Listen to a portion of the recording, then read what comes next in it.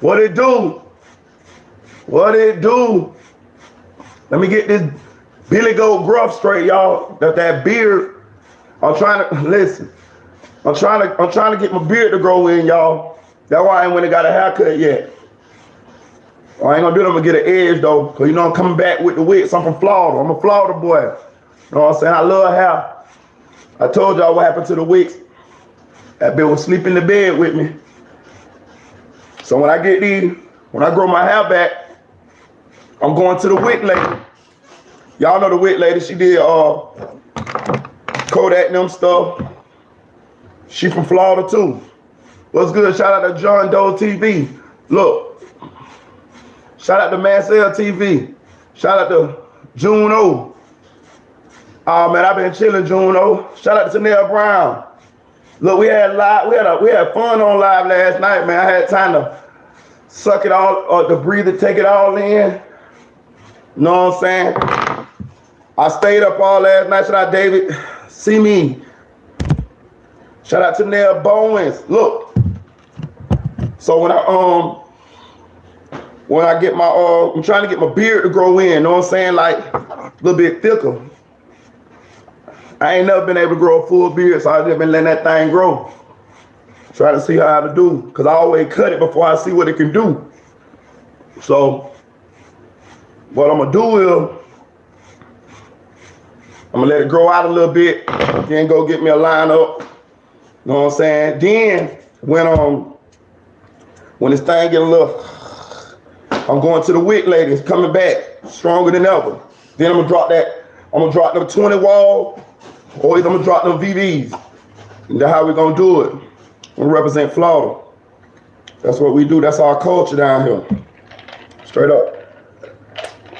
Look, boy, we had a ball on live last night. Look, listen. I stayed up all night, even after I got off live with y'all. I probably dozed off sleep maybe an hour or two. But I was sucking everything in, reflected on what was going on with the troll and all of this. Shout out Dream Dog, Napa, California. Shout out Jeff V.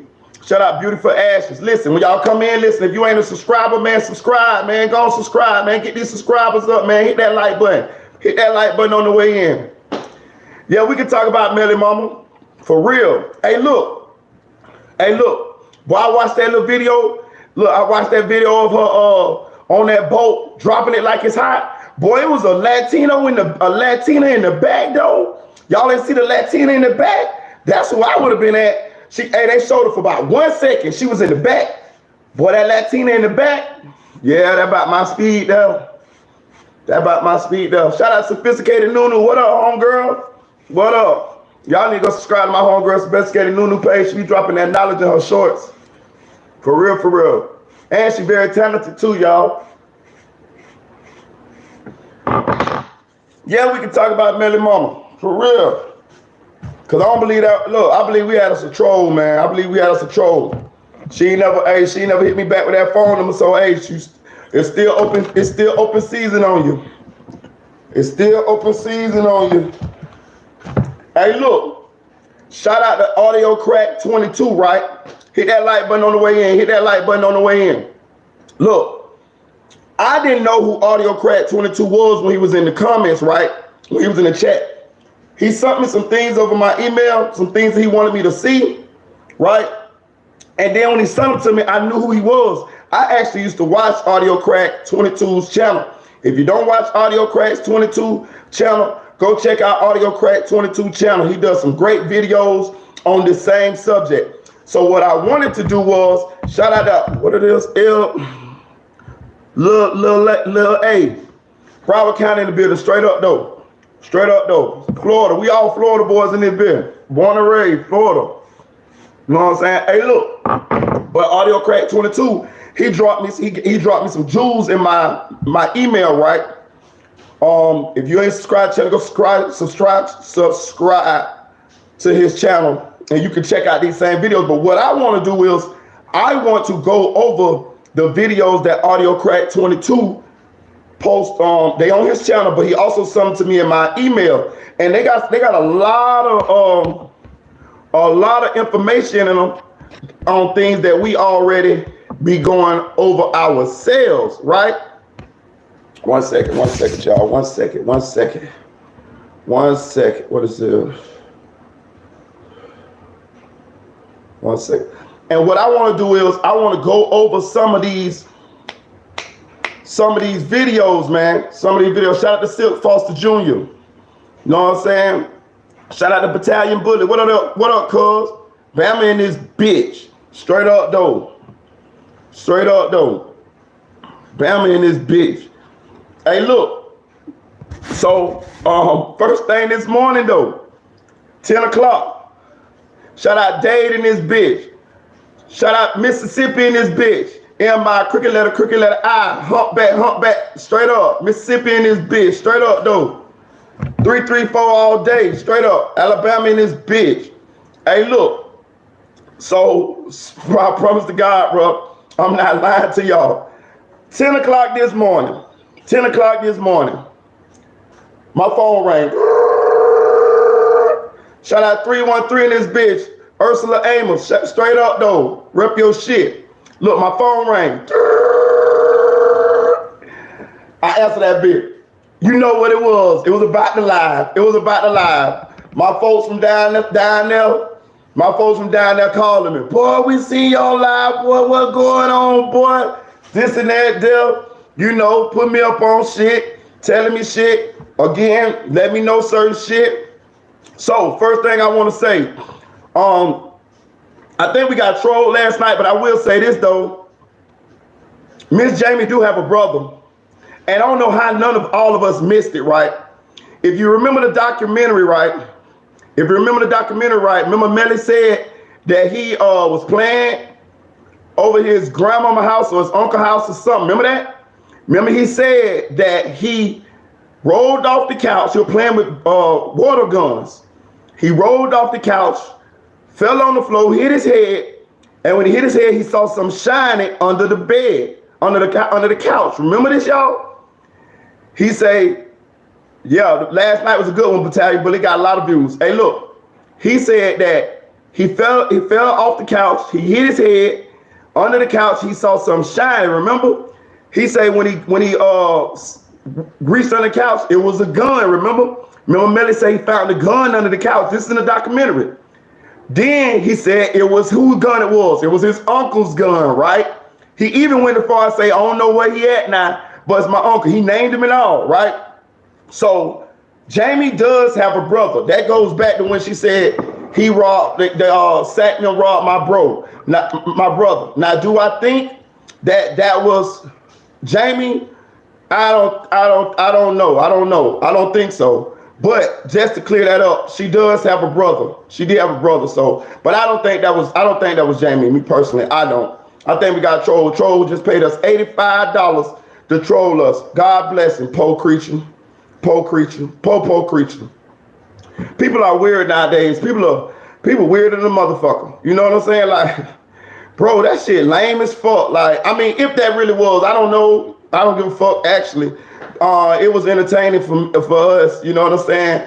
But people lame as fuck. Like, I would never do no lame ass shit like that. I don't even understand that type of lame ass shit. You know what I'm saying? But look, shout out to Audio Crack. I'm gonna play some of the shit that he sent me to my email about the Melly case, right? And we gonna bust it down. Hit that like button. This first video that he sent me was whether we think that Sack Chaser and Melly situation was over $200,000. Now I want y'all to listen to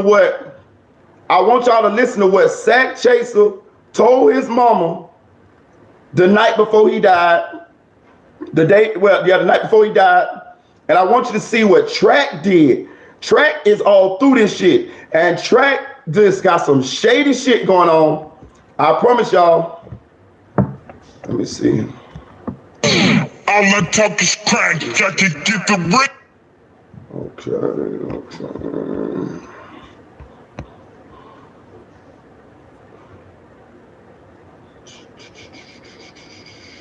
I just say that I love it. What's up, guys? Crack back with another pack. Today we're going to get into a little bit more of YNW Sack Chaser's mother's deposition. I want to make a correction. Last time I said it was her testimony. I want to correct that, and this is a deposition. So I put 3 papers from her deposition. I'm around, I'm my dog, I'm my second in command. This is my opinion. Y'all show her respect in the chat. This may have been over $200,000. Now, once I go through these papers and read them, then you may understand. If not, then, you know, give me the comments like everybody usually does, and tell me how you feel. You know what I'm saying? And we'll. Shout out Silk Foster Jr. This is what this video is about. Remember I said that it seemed like they shitted Sack out of some money. I'm telling you, I think a lot of that had something to do with it too. But I'm going to pause it and I'm going to go through it and I'm going to highlight the parts that I want y'all to really focus in on, because Track involved in this. And Track, boy, you a hell of a guy, boy. We'll sort it out like that. All right, let's get to it. And this video is from Audio Crack. Audio Crack, be in the chat with us, y'all. He be in the chat with us. You know what I'm saying? Shout out to Audio Crack. I already had watched Audio Crack videos, Audio Crack 22 videos. But I didn't know that's who it was in the chat until he sent this to my email last night. And I'm like, damn, I know this channel. And so he been in our chat with us for a while now. He probably gonna jump in the chat with us again. Shout out to him. I appreciate him helping us along, and you know, we getting together and putting this shit together, because he didn't have to do this. He could have left this content on his own channel. So we're gonna go over some of these things, but I'm gonna pause it. And I'm going to point out some shit. Hit that like button, y'all. Hit that like button, man. Get them likes up, man. About that, I said, you know, he called me. He was very concerned about my whereabouts. Okay, before I continue, this is Sack Chaser's mother's deposition once again. He was concerned about his sister's whereabouts. He's concerned like something was going to happen to us, and told me to move out the house, which I was already in the process of moving. And he told me that he would not get his money. He said, I'm probably not going to get my $200,000. I'm not even going to get my money, Ma. Descriptive noise. He's talking. It's 5 a.m, just going off. I'm doing this, indicating. You see me? But he's 10 times faster than me. So I'm trying like, baby, calm down. Oh my God. In my mind, as a mother, what the heck? $200,000? Where the heck did you get that from? Oh my God, as a mother, I'm just trying to, literally, I saw my son the next day and he's dead. Okay, let me put this in perspective. So this is a phone call that she's describing between her and her son, Sack Chaser. Now, what she's saying is the night before Sack Chaser was murdered, he called her at 5 o'clock in the morning, and he was very frantic, asking her to move or telling her that she and his little sisters had to get out of there. She's saying she's already in the process of moving, so she did that the next day. But during that conversation is where the $200,000 came up, which the mother had no idea of the money or what he was talking about from what I'm getting from here. So she was kind of thrown off a little bit, surprised from him saying that he wasn't going to even get $200,000. So my question to you guys that's listening to me now, how do you feel about that? I mean, if you have any children or a family member and they call you at 5 o'clock in the morning frantically, basically telling you to move out and get on, and then just speaking of some money, the first thing that comes to your head is what's going on, right? Well, the first thing that came to my head was there had to be a conversation at that studio that night about this money. And maybe that's where it all kicked off. An individual might have asked another individual about their money. That individual might have not gave them the right answer, and it might have been a little scuffle or something. Who knows? Now, then you're gonna ask me, all right, Crack, then how would they all get into the car? Maybe they had a little tussle in there. Maybe they got in there. You know, $200,000 is a lot of money. So me as a youngster, if I was a youngster at this time and I'm thinking like them, I'm still thinking I need that money and I want that money. So I'm gonna play it cool. Maybe I might want to do something to him before he does it to me. And maybe Melly was thinking the same thing and just might have been a little bit more prepared than what Sack Chaser would have thought. And that's just my opinion. Now you're gonna ask. So shout out to Audio Crack 22. I see you, brother. I'm using your content tonight, bro, because the stuff that you sent me last night, I appreciate it.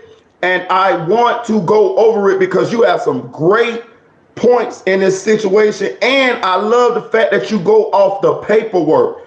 Audio Crack is going off the paperwork. You know what I mean? So we can have a factual basis from where we start from, and we can form our own theories and hypotheses from that, right? Now, case in point, number one that I want to break out. Sack Chaser called his mama, telling his mama she need to move right now, right? My question is this: who we all know Sack Chaser as the enforcer. We know Sack Chaser as the bully. We know Sack Chaser, from all accounts, is not scared of shit, right? Shout out Z. What's up, baby? What could make Sack Chaser tell his mama to move immediately? Y'all need to get out of there right now. Who could make Sack Chaser? What kind of fear, or who could put that type of fear in Sack Chaser to where he would tell his mama, hey mom, call in the middle of the night. Y'all need to go right now. Think about it. And then he said in the same conversation, I'm probably not gonna get my money. So we could assume that him telling his mama to leave got something to do with the $200,000. Think about it now. Because I don't think there will be two different situations. I'm thinking if you're going to call your mama and you're going to have enough fear of something may go on till you going to call her and tell her to move, who would be able to put that feeling inside a Sack Chaser, us knowing who Sack Chaser was? Shout out to Yellow Diamond. Straight up though. Y'all hear what I'm saying? Shout out Happy Feet. You see what I'm saying? He telling his mama to move. You see what I'm saying? Like, I just want to know, why would he tell his mama to move? We all know Sack Chaser as the gorilla, the enforcer.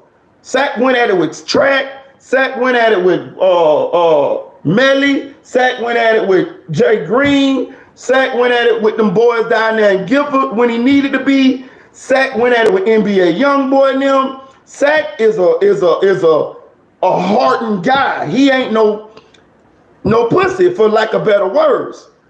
What would make Sack feel so strongly that he felt like calling his mama and telling her to move? I don't know. It's just a thought that came across my mind. And I've heard about the money. I'm telling you, the money was supposedly, I think they were supposed to sell the Y&W brand or something to that effect. The whole amount was $500,000, but Sack was supposed to get $2 million. Now, I mean, that's a good enough, you know what I'm saying, on top of a good enough reason for some to do something to somebody else. And I do agree with Audio Crack 22. If he called his mama that night to tell her that, I tend to believe it was a discussion, an argument, or worse at that moment or moments before about that money. I told y'all from my sources, they didn't have no money. Melly had some money, a little bit of money, and they had some money from some shows they was doing, but they didn't have no money. All this big money shit that came with Melly, we saw that Melly had, came after those boys was dead. It came very soon after they was dead, but it came after they was dead. You see what I'm saying? And and hip hop and whoever his marketing team is, Melly's marketing team, you know, they do such a good job of showing you the artist leveling up really, really fast. So if you don't know when you saw certain photos or you saw certain videos or you heard or when certain songs was made, you would think that all this shit was happening while Juvie and Sack was alive. It was not. The Kanye West song and all of this shit happened after Juvie and Sack was dead. The song with Burger happened after they was dead. You see what I'm saying? A lot of this shit happened after they was dead. So, but it'll look like this happened before or during. No, it happened after they was dead. So they didn't have no money. They never owned any cars. They never owned any cars. It tell you Track was renting the cars for them. But let's keep going. Crack. Why would you come up with that? Now you got to think about it. The mother went to sleep and woke up and her son was dead. So the last thing that she's thinking is this conversation, frantically calling her, telling her to get out of there and move, and talking about $200,000. So that's what I'm basing my opinion, or better yet, theory around, is that right there. The phone call that night and Sack Chaser's mother waking up to hear her son being dead. Okay, let's move on. Literally, I saw my son the next day and he was dead. So I told Mark about the situation. Now I want to put a quick side note. Mark is the same detective that gave the statement from Withers about Fredo Bang in the last video we did. Okay, let's move on. 18. 1 second, too. Moretti is the lead detective in this case. He's the lead detective. That's why we're gonna see Moretti's name on a bunch of these depositions and stuff like that. He is the lead detective down there on this case. He the one that talked to the parents. He the one that's conducting the investigation. He's the lead detective. I said, I believe something happened when it came down to my son. Somebody owed him some money. He's supposed to get some money because he said he wasn't going to get it. And I said, he started telling me about all of these different things. I said, I believe those kids had something to do with money. They had some kind of issue with money. I don't know, because my son and I literally saw those boys prior to. They were fine with each other. And I just know my son was upset and he called me in the middle of the night. He's like, Mom, I'm not going to get my money. And I just told Moretti that I just think these kids, something's not right. These kids are not acting right. Like, I know how my son and these kids live, and their response to my son's death was not what I expected. I did not get the response I think I should. So I'm like, they've got to know something because they're not acting right. They're acting strange. Question. Understood. The night that he called. Now you see that? Y'all see that, right? Y'all see that? You see what the mama's saying? This is Sack's mama. She said as soon after her son was murdered, the friends, which I'm assuming she talking about Portland, Melly, some of the rest of the whoever. Let's just say Portland and Melly started acting strange. She said she didn't get the response that she felt like she should have gotten for her son being murdered. You see what I'm saying? You see what I'm saying? Y'all hit that like button, man. Hit that like button, man. Hit that like button. We got 50 people in here, man. Hit that like button, man. Shout out to all y'all, though. Hit that like button, man. Get them likes up, man. We gonna blow this live up bigger than we did last night, man. Listen, we got Audio Crack gave me quite a bit of content to go over, and we gonna go over it because I'm telling you, I really went over this content, and it's a lot of good shit that we gonna go over in this content. Track has got a lot of shady shit going on, and I'm gonna stop these videos and point it out. Shout out to Audio Crack 22. If y'all ain't subscribed to his channel, go subscribe to his channel. And I'm telling you, he's going off the paperwork. He's going off the depositions. So we have a factual basis to start from to make our hypothesis and our theories. You see what I'm saying? We wasn't there, so we don't know exactly what happened. But what we are gonna do is we're gonna go off the depositions that the people that's involved in this case have given to the police, and we gonna build from there, because these depositions are going to be what these people have to testify to in court or either face perjury charges. But let's go.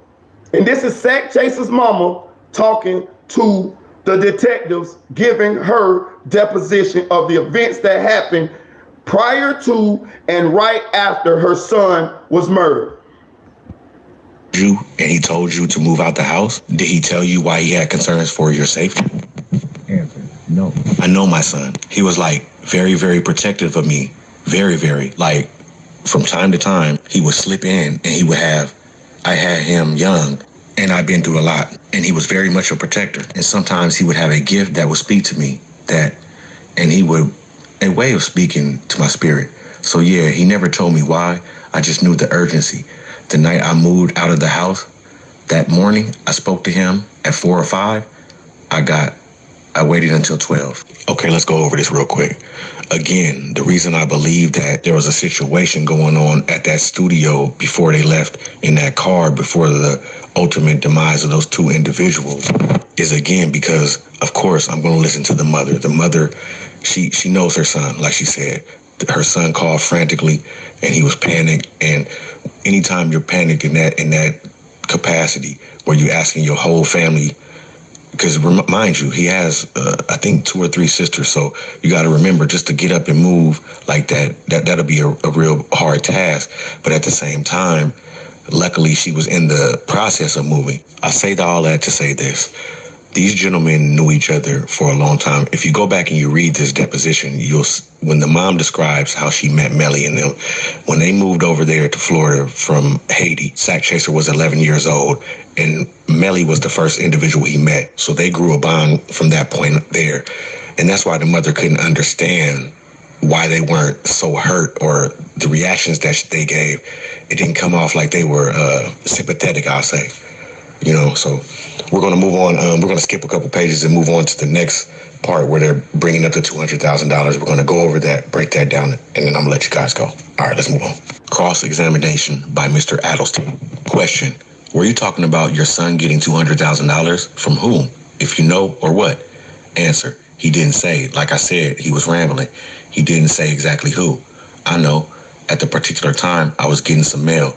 They got pulled over and arrested, and $10,000 was found on them at the time, and packages. They kept coming to them. So I'm like, Anthony, that is the money? What's going on? And he's like, that's not my money. That's Melly's money. You better tell my mom that's not my money. So I was already worried. I didn't ask him because, again, that's the fear in the back of my mind. Like, what the heck these kids done did? What's going on? $200,000? Oh my God. Okay, guys, on this one, I'm going to need a little help from y'all. I'm going to need y'all to get in the comments and kind of help me out, because I'm trying to understand, was it packages of money that was going to Sack Chaser's mom's house, and Sack Chaser was telling her it wasn't her money, it was Melly's money, or maybe, allegedly, maybe they could have been having something going on, a little shipping and receiving, and they was using Sack Chaser mom's house. I'm not sure, and that's allegedly. That's just something I'm throwing out there. You guys could come back and say, nah, crack, you tripping, or whatever you want to say, you know what I'm saying, and I'll address it accordingly. But that's kind of what I'm thinking, or what I'm leaning towards. Maybe he was telling her that was money in them packages, but it was a little something else, because maybe if he told her that it was something else, that she was going to be like, wanting to say something or crack one of them packages open when he wasn't there. So he might have told her it was money, but it was Melly's money. And, the way that the relationship that they had, I believe that he was telling his mom that, through Melly, we're going to make it up out of here. So whatever Melly did, or if it was on Melly, then maybe it would have been, it got a pass over there, because I just don't see someone mailing someone some money. I mean, it does happen in the world. I mean, I know what's happening. Don't get it twisted, but at the same time, I'm not getting that. So I need a little help from y'all on that. Okay, let's move on. 17. So I just tried to ignore it. I didn't ask. I didn't get into detail. I didn't tell him to come home. I didn't do none of these things. I wish I have. Damn, that's heavy, y'all. That's what you call guilt in a kind of strange way. It's just that she didn't really know what was going on with her son and what he was into. And at that time, when she heard that frantic call, she really just felt like she really wanted her son. She wished she could have did something different, y'all. You know what I'm saying? So, I want to send my condolences to Sack Chaser's mother and Juvie's mother and everybody that's involved in this situation, because it's messed up all the way around. We're going to finish this off. Let's just move on and finish this off, and I'll give you my last thought. 21. Question. I understand. You apparently had some conversations with Moretti on numerous occasions, correct? Oh, after, yeah. He was telling me details of the case, what's going on. Okay, we're going to stop right there. I'm going to give you my last thoughts. And I hope you guys can understand where I'm coming with this theory. I believe this might have been over $200,000. It might have been that something happened at that studio. I'm saying there's no possible way that my son would call me at home at 5 o'clock in the morning talking about money and talking about moving. And I wouldn't go out and get him or go find out what's going on. But you got to understand, Sack Chaser's mom is from Haiti, so she's probably not privy to getting around and getting in her son's business and stuff like that. So he was just kind of moving and grooving how he was. On top of that, he was, making music and probably was the provider for his home. So I believe she just kind of took a back seat and let him do what he did because, he was the breadwinner at the time. This is allegedly, and this is in my opinion. So could this tragic incident been over $200,000? It sounds plausible to me. It sounds like it could have been. That's just my opinion. I'm thinking, yeah, because remember, it's a frantic call. Move the next day, talking about money. Wake up the next day, and your son is dead. So in my mind, I'm thinking it has to be about this money. That's just my opinion. I'm looking forward to seeing how the comments come in and tell me if I'm wrong and tell me if you got another theory or you tell me if you've heard anything I haven't heard. I'm up to all opinions. I welcome that. I answer all my comments, so just drop it in the comments and we can have a respectful dialogue. Okay. Hit that like button, hit that like button, hit that like button. Get them likes up, y'all. Y'all hit that like button. Shout out to Audio Crack 22. That's his content. If you don't subscribe to his channel, go subscribe to his channel. He got a decent, he do a damn good job of breaking it down, and he go off the paperwork, right? But what I wanted to piggyback on that is because, right, now we see, now I just wanted to point a few things out. Whatever Sack them got into, it was serious enough for him to tell his mama that she thinks she needed to move, right? And it was serious enough for him to call his mama, and then the next day, the mama say he was dead, right? Who would be able to put fear in Sack enough for him to tell his mama to move, knowing what we know about Sack? Just think about it. All of the stories we heard of Sack was he gonna handle that. He'll go really, he'll bully, he ain't scared of shit, he gonna go to war. But he felt in fear of his mama's life or something, or safety, because he told his mama, y'all got to move, man. Y'all got to move. I have never heard of any story where they were saying that Sack ran or was scared or pussy about nothing. Never. Nobody never told me that. This is his mama's deposition. I believe his mama. This is what his mama gave stories mama gave to the authorities. I believe his mama 100%. So what I'm saying is something had to happen to make Sack feel like saying that to his mama. He ain't gonna just tell his mama that if ain't nothing happened. You see what I'm saying? I'm just saying. Hit that like button, y'all, man. It's some more content I'm gonna go over, but I wanna go over this one before we move on. They knew where that remote place was well before the studio, but that made it urgent, right? Yeah, that makes sense. All the energy and time wasted behind that shit, they could have talked out or just simply left the fuck alone. For real, Battalion Bullet, shout out, cuz. I think was playing before the studio. From my sources, this was playing before the studio, and I'm actually gonna dig more into that. I was gonna write these questions down.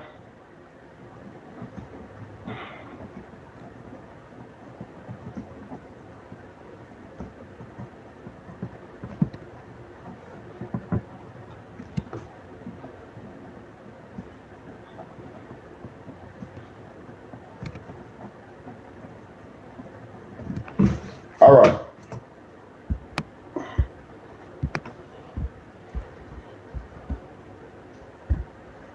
An argument happened. Mother intuition. Shout out Love and Money. An argument happened. Mother intuition. Yeah, definitely. Love your money. Shout out Love your money. You'll see Sack Chase in the black left corner in one of the pics, same outfit. Yeah, shout out to Nail Bowen. Somebody on one of my people in the chat put me up on that too. Sack and Melly did dress alike in a few videos early on. Love, obsession, deception. Shout out Loki the Truth. His fans are just like most of the fans. Yeah, they delusional. They delusional. I'm with you on that, Tanel Barnes. You know, he did. It still does. Somebody had package of money. Audio Crack 22. So I heard you say somebody had package of money coming through the mail at Sack's mom's house, right? You think they had weed coming in there? I mean, that's the normal thing that people ship through the mail. You think it was weed? I tend to think they had some gas coming. I mean, I could be wrong. I'm just pure speculation. But you think it was trees? I think it might have been trees. And that would make sense because they didn't have no money. So let's just say they did make a couple dollars off of, and when I mean no money, I mean no real money. I mean, I'm not saying they was totally broke, but I'm saying not no real money. So, I heard they was making a couple dollars off of shows that they was doing or whatever. But they didn't own a car. You know what I mean? So I'm thinking that they did what a lot of street guys do when they get a couple bands from the rap game. They go and try to flip it. You know what I'm saying? And I'm thinking that's what was going on. I'm thinking they were flipping the little bit of money that they did have, you know, and doing it like that. I could be wrong though. I'm just saying. But you know, I went down in that car that night. I bet my top dollar on it. Melly has a Coke fan base. Yeah, he do. Bowen's crazy. I was combined. Speaking of dress, I found okay. Yeah, I read the position of myself, and I'm telling you, pay attention to what Sack's mom say, Melly mom say. Shout out Keone Williams. Keon 70 Williams. See, definitely, especially, man, I think it's possible that Melly just is sick and wanted to live out his song. I don't know, man. It's hard to say. It's hard to say. The nigga say he got Melly, Melvin, and Marcus in his head. I don't know, man. Melly, I don't know. Shout out, Kenny. He probably was happy Sack was dead. I don't believe Melly was sad that Sack was dead. He don't act like it. For real. Probably cheaper folk who know. Yeah, if they was having motion for real, they was getting pats in the mail. That's what I'm thinking. Shout out Cameron Thomas. Yeah, I think they were selling trees, bro. That's what I think it was. He was trying to get his mama not to open them goddamn packs. That's what it was. Moved around YNW and became 510 solo. They would have had to split that money 5 ways if you peep game. They was not looking for groups, artists. Yeah, I agree with that. You, me, and Dream Dog.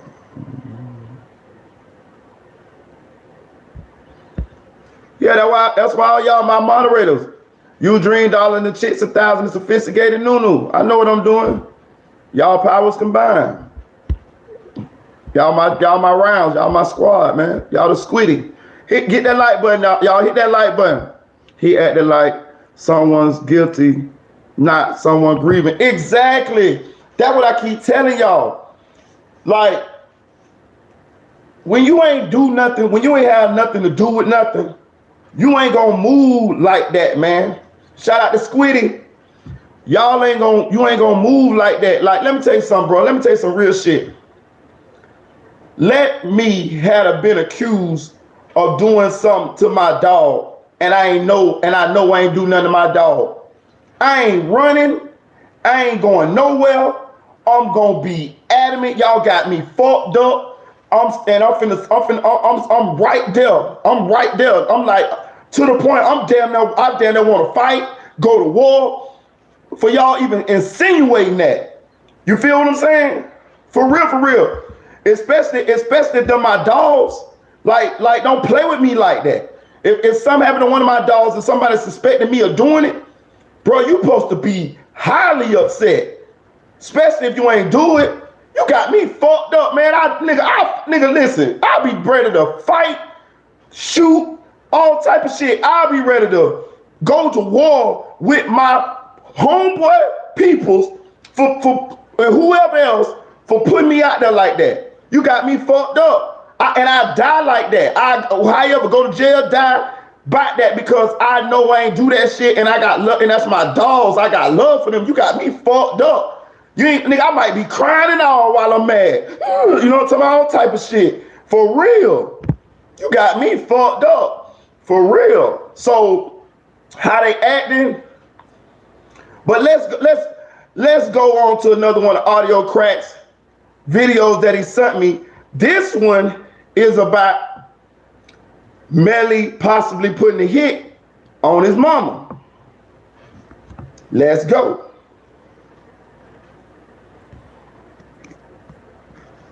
Let us go.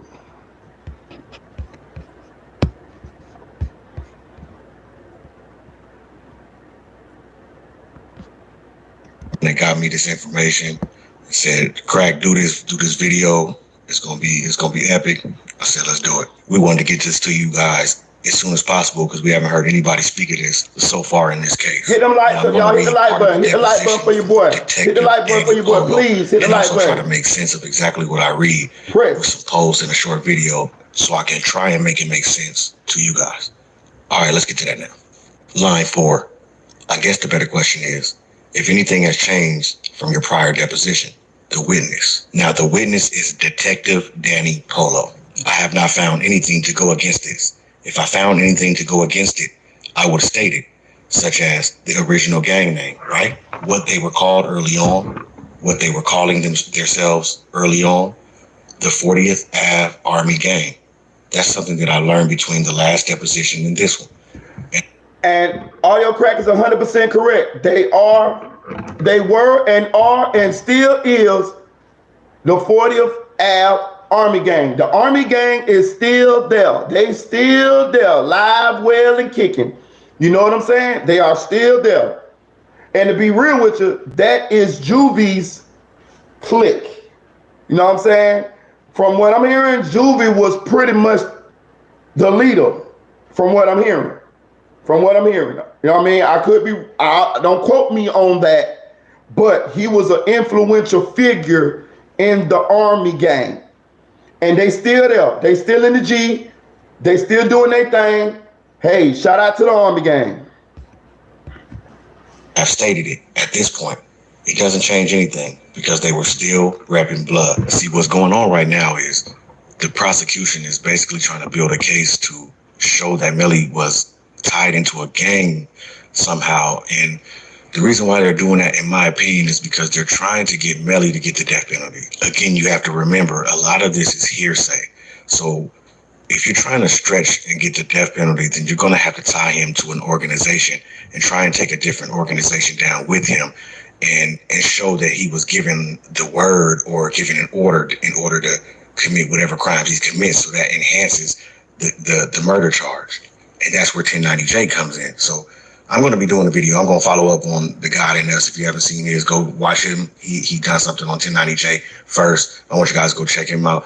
But I'm going to revisit that, and I'm going to show you some things that I found within this paperwork that they're trying to connect YNW Melly with. Okay, let's move on now. Line 17, question. Has, in your opinion, Melly authorized any communication for the commission of a crime? Okay, what they're trying to do here is they're trying to paint Melly to be in a gang. Okay, so like on the East Coast, they have the blood sets, et cetera, right?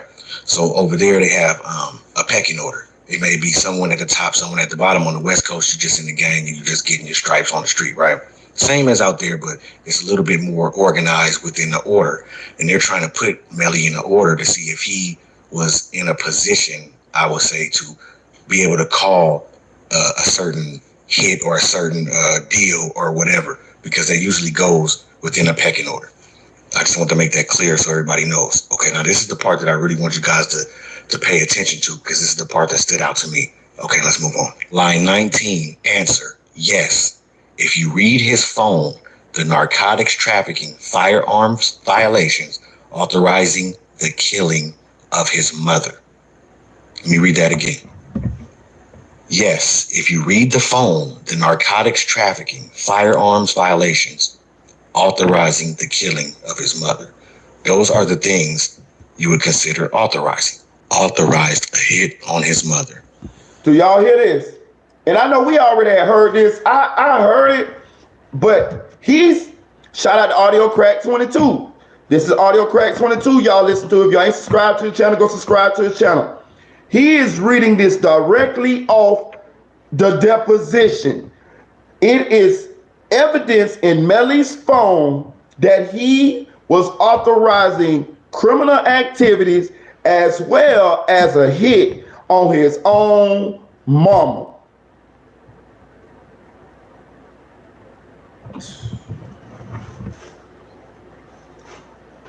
And y'all talking about why he ain't put Jamie in charge of his money. Man, listen, this shit stinks to high hell. Like this shit is toxic. This shit is fucking disgusting. This shit is, listen, these people are something else, man. I'm talking about all individuals involved in this crime, all individuals that's trying to cover this shit up, all individuals that's connected to this shit and still is proactively trying to get this shit covered up. This some bullshit. Bro, this man is evidence in his phone that he was trying to authorize a hit on his mama. On his own fucking mama. This in the paperwork. This is in the paperwork. Let's continue. So this is the reason the police initially said the phone was the most damaging evidence that Track turned in. If y'all remember that. It really don't matter if he turned it in or not. I mean, shit. They was gonna get the information eventually through the phone forensics, but I mean, in my opinion, this just speeded up the process because this came from the phone that his so-called friend 100K Track turned in. So hold on. Then there's another thing. I would like to know whether this information was erased and they recovered it, or whether it was just still on the phone. The reason I want to know this is because if it was just still on the phone and Track turned it in, but this your friend though. Choose your friends wisely. Choose your friends wisely. Somebody said in the chat, because I brought up this, I don't understand why Melly's still rocking with Track. I forgot who it was, but if y'all in the chat, speak up, because I read this comment and somebody said, and I said, I don't know why the fuck Melly think Track his friend. And somebody said, because Track is all Melly got. And Melly just trying to hold on to Track because he know, you know what I'm saying? Basically, that's Track is all he got. You see what I'm saying? So this is pretty much what's going on here, man. Listen, Melly don't trust his mama. He don't trust his mama at all. We see he don't really got no love for his mama. Or maybe that was Melvin talking. Maybe that was Melvin who ordered the hit. Maybe that was Melvin ordered the hit. I don't know. He got 6 personalities. He got all, you know, who the fuck. Yeah, you said that, Battalion Bully. Exactly. You was 100% correct. And I'm going to tell you how you know you was 100% correct. Because later on in this video, it's going to be a phone call from Melly to Track. And Melly's going to say that. He going to say that Track all I got. He the only one hold it down for me. My mama tripping. I don't know who my mama is. Listen, this shit is wild as fuck, dog. This shit wild as fuck. But they trying to tie this into gang activity because they trying to give him the needle. Florida don't do the electric chair no more. They trying to give him the needle, right? Governor Ron DeSantis just this week passed the law to where he lowered the threshold for the jurors being able to give you the death penalty in Florida to the lowest in the country. All they need is 8 jurors to say yes, and your ass getting the needle, right? I can't remember I can't remember if you have to be unanimous or it had to be 11. But I know now in Florida, all you need is 8 motherfuckers on the jury to give you the death penalty. Okay, it used to be 11, right? Now all you need is 8. They say that is the lowest threshold in the country. Governor Ron DeSantis just put that into action this week. So, boy, this young man he in some shit, boy. But let's keep going. Actually still waiting on sack chasers and juvies phone records as we speak. I just read in the document, so this kind of speeded up the process, right? There's 289,000 pages he still has to go through, and that's just a fraction of the phone. So the deposition is in a recess, giving the detective more time to complete the investigation of the phone. So I say all that to say this: if they had the phone all this time, and this kind of information is coming out of the phone, and they still have 289,000 pages within that phone to go through, there's no telling what could be in that phone. I mean, we all know how rappers do. They take their phone everywhere, they hit live. And I always say this in all my videos to you young dudes: you got to be careful about what's going on with what you recording on your phone, because, I mean, people are going to jail. We're now seeing people going to jail and people actually this stuff being brought up in their paperwork. So you got to be careful again. So I got another question, right? Anybody can answer this question because I don't know. So what audio crack 22? Maybe you can answer this for me too. You can clear this up for me too if you're still in the chat. Are we saying that even though they don't have your phone, they can still get your text messages, phone calls, and all this shit? So are we saying that they don't actually have to have your phone in order to get this information? I don't know. I'm just asking. Somebody enlighten me on this. I really don't know. You know, I know they can get it from getting your phone, but are we saying that they don't need the phone in order to get your correspondence? They can go to the phone company and get it that way. I'm just asking. Yes, all they got to do is subpoena the phone records. Wow. Now they need the phone. Hold on. So I got another question. So do they need the phone in order to find your locations or where you've been? Okay, because what I'm saying is, if you pinging off a cell phone tower, right? Say you got your phone, you pinging off the cell phone towers, right? And you get rid of your phone. After that, say you throw your phone away, right? They still know that phone pinged off them cell phone towers, don't they? They still know. They still know that phone pinged off them cell phone towers. Now they may not know. No, they can't track the pings. Okay, cool. I that's all I want to know. Okay. I just wanted to know. I didn't know. This was something new to me. I was like, wow, shit. They get all your information any goddamn way. Oh, okay. Let's keep going. No, they can. Okay, cool. Okay.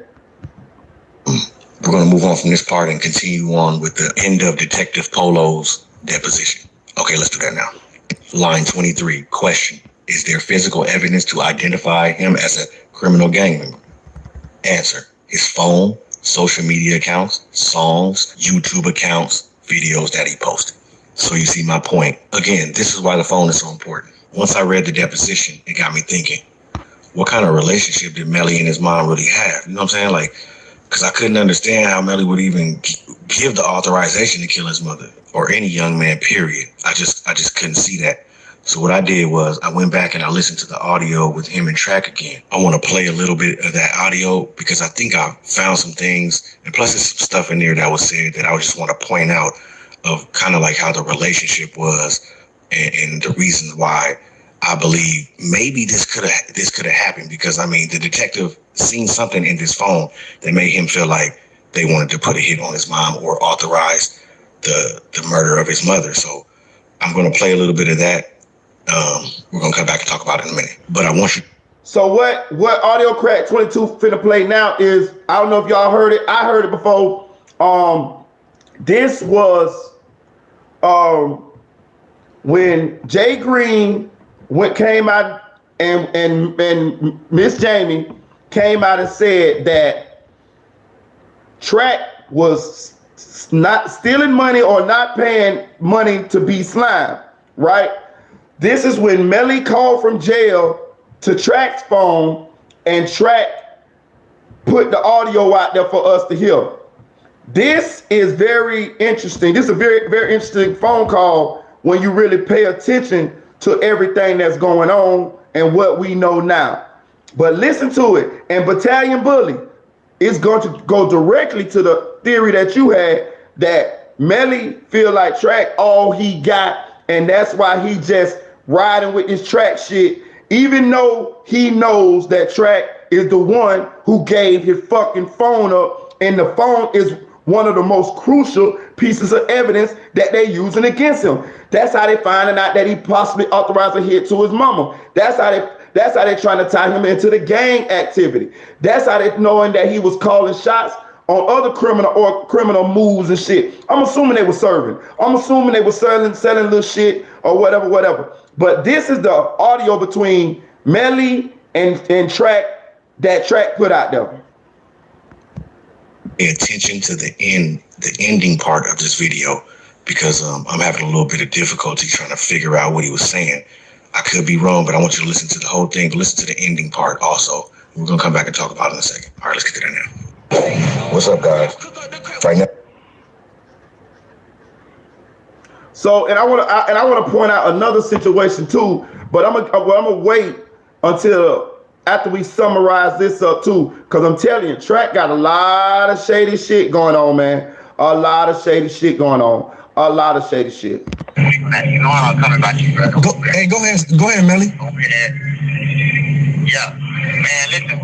Everybody who entertaining that shit or whatever going on, bro, that is not what it is, bro. My mama be lying. My mama got anxiety issues. Her ass tripping, bro. You know what I'm saying? She feels some type of way because she feel like my brother's supposed to be bigger or whatever, bro. Nobody, my brother on no money. If fucking my brother on money, that mean I'm fucking my brother on money, and I never do that to my little brother, bro. We split the same percentage on my little brother. That don't make no sense, bro. My mama be tripping, complaining, and lying. She been lying for a while now, bro. That's what's been going on. You know what I'm saying? Nigga can't take nothing from 100K. Nigga can't take nothing from that. Nigga can't just say, oh, if it wasn't from Melly, this wouldn't be nothing, bro. Started this ground up. Me and bro started this together, bro. At the end of the day, bro built the whole empire while I was down, bro. You get what I'm saying? And bro, standing on that shit, bro. This nigga who been holding it down, bro, over all of my finances, over everything, bro. We go over all my shit monthly. Ain't no dime missing from my brother. Ain't none of that shit going on, bro. This nigga that been holding it down day for day, picking the phone up. The only person I got that I can really depend on. I can't depend on my mama. I can't depend on nobody else, bro. You get what I'm saying? That shit just come with jealousy and envy, bro. I don't even know who my mama is right now. You get what I'm saying? Y'all don't believe none of that shit. It's been 3 years. I never said no shit like this. I'm breaking my silence. I really wanted to wait till I got out so a bitch could really see what it is. I could be reached here. Now y'all hear that? He say, Track, the only person I got, the only person I can really depend on, he over all my finances, yada yada this, yada yada that. You hear what I'm saying? Shout out to Battalion Bully. This is why Melly ain't went off on Track about turning that motherfucking phone in, because he ain't got nobody. He ain't got nobody. His mama, he know how, listen, I done seen these types of mamas. Listen, hell, you know, I gave y'all my last story. My mama was on drugs, so my mama wasn't like this, but I'm saying due to her addiction, oh yeah, she'll get you now. You fuck around and let my mama hold some money, shit, it ain't gonna all be there when you come back for it. And you know, mamas, they like to hit you with that. I brought you into this world. Shit, I take care of you. They feel like, you know, some of them, especially some of them from the hood, they feel obligated to some of your money. I'm gonna say this now. This young man definitely knows he can't trust his mama. I told you, she the same woman that when Melly was abused by his stepfather, Benny King, and Benny King beat Melly, they say blacked his eye and all type of shit because Melly allegedly stole a phone Melly admitted to stealing phones and shit like this. So I do believe Melly stole the phone, but how he was done was not acceptable at all. They say he blacked Melly, I beat him up, all type of shit, right? To the point to where the stepfather actually was charged with child abuse. This is in the Ace Hood documentary. You can go look it up. It's on Spotify. So there's not defamation. So anyway, they ended up making it to where Benny King couldn't be around Melly, right? Because it's a child abuse case, right? Melly moved with his grandmama, right? Jamie stayed with Benny King and took Benny King's side, even telling Melly, you know, you deserve this or whatever, you brought this on yourself or something to that effect, right?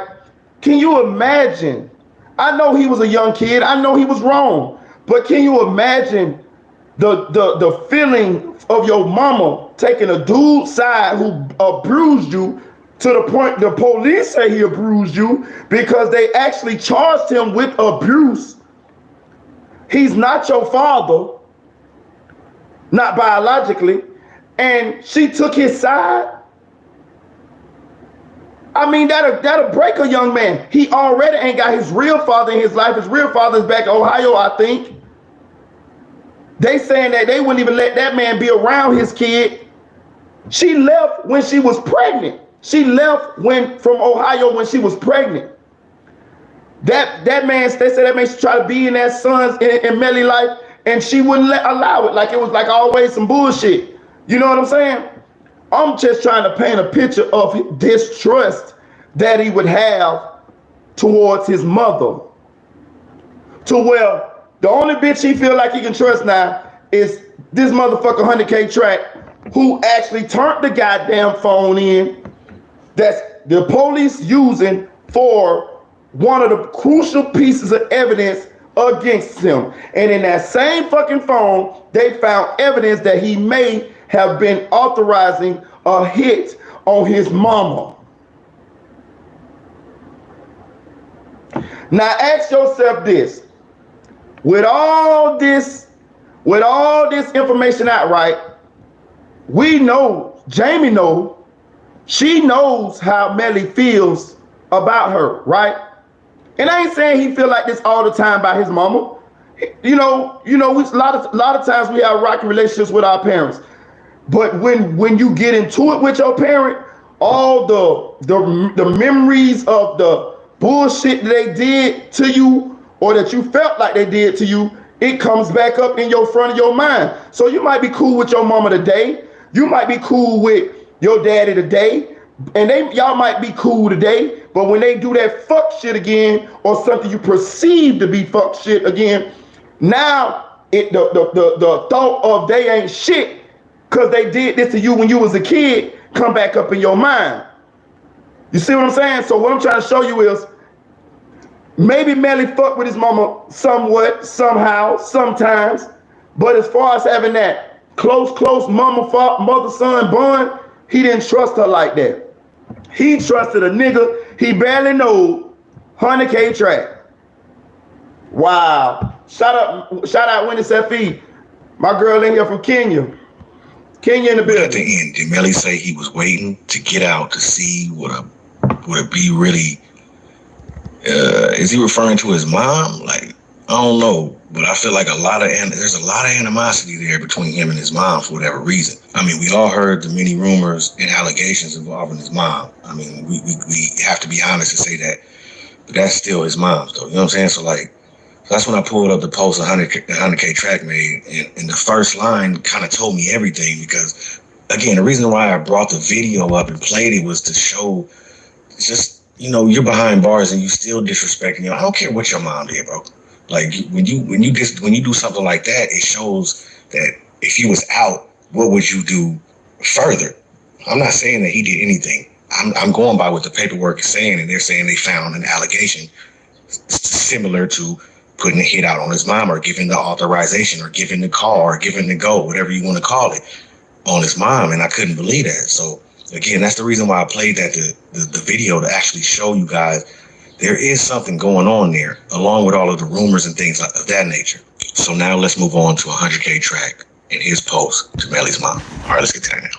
100K track at Jamie K. Listen, shout out to Yellow Diamond. Shout out to my Dominican sister. Listen, shout out to King Morando. What is it? King Morado. Hey, Winnie. Hey, Winnie. Y'all hit that like button. Hit that like button. Listen, so this right here, what I'm finna read to y'all is a post that Track made to Jamie, right? And shout out to AudioCrack22. If y'all ain't subscribed to the channel, go subscribe to the channel. This is where this content come from, right? This post is very, shout out to 6,000 Puerto Rico in the building. This post is very, very, very interesting because just like AudioCrack22 say, no way Track gonna make this post attacking his so-called friend's mother if he didn't feel comfortable enough to do this, right? Which means Melly slow ass,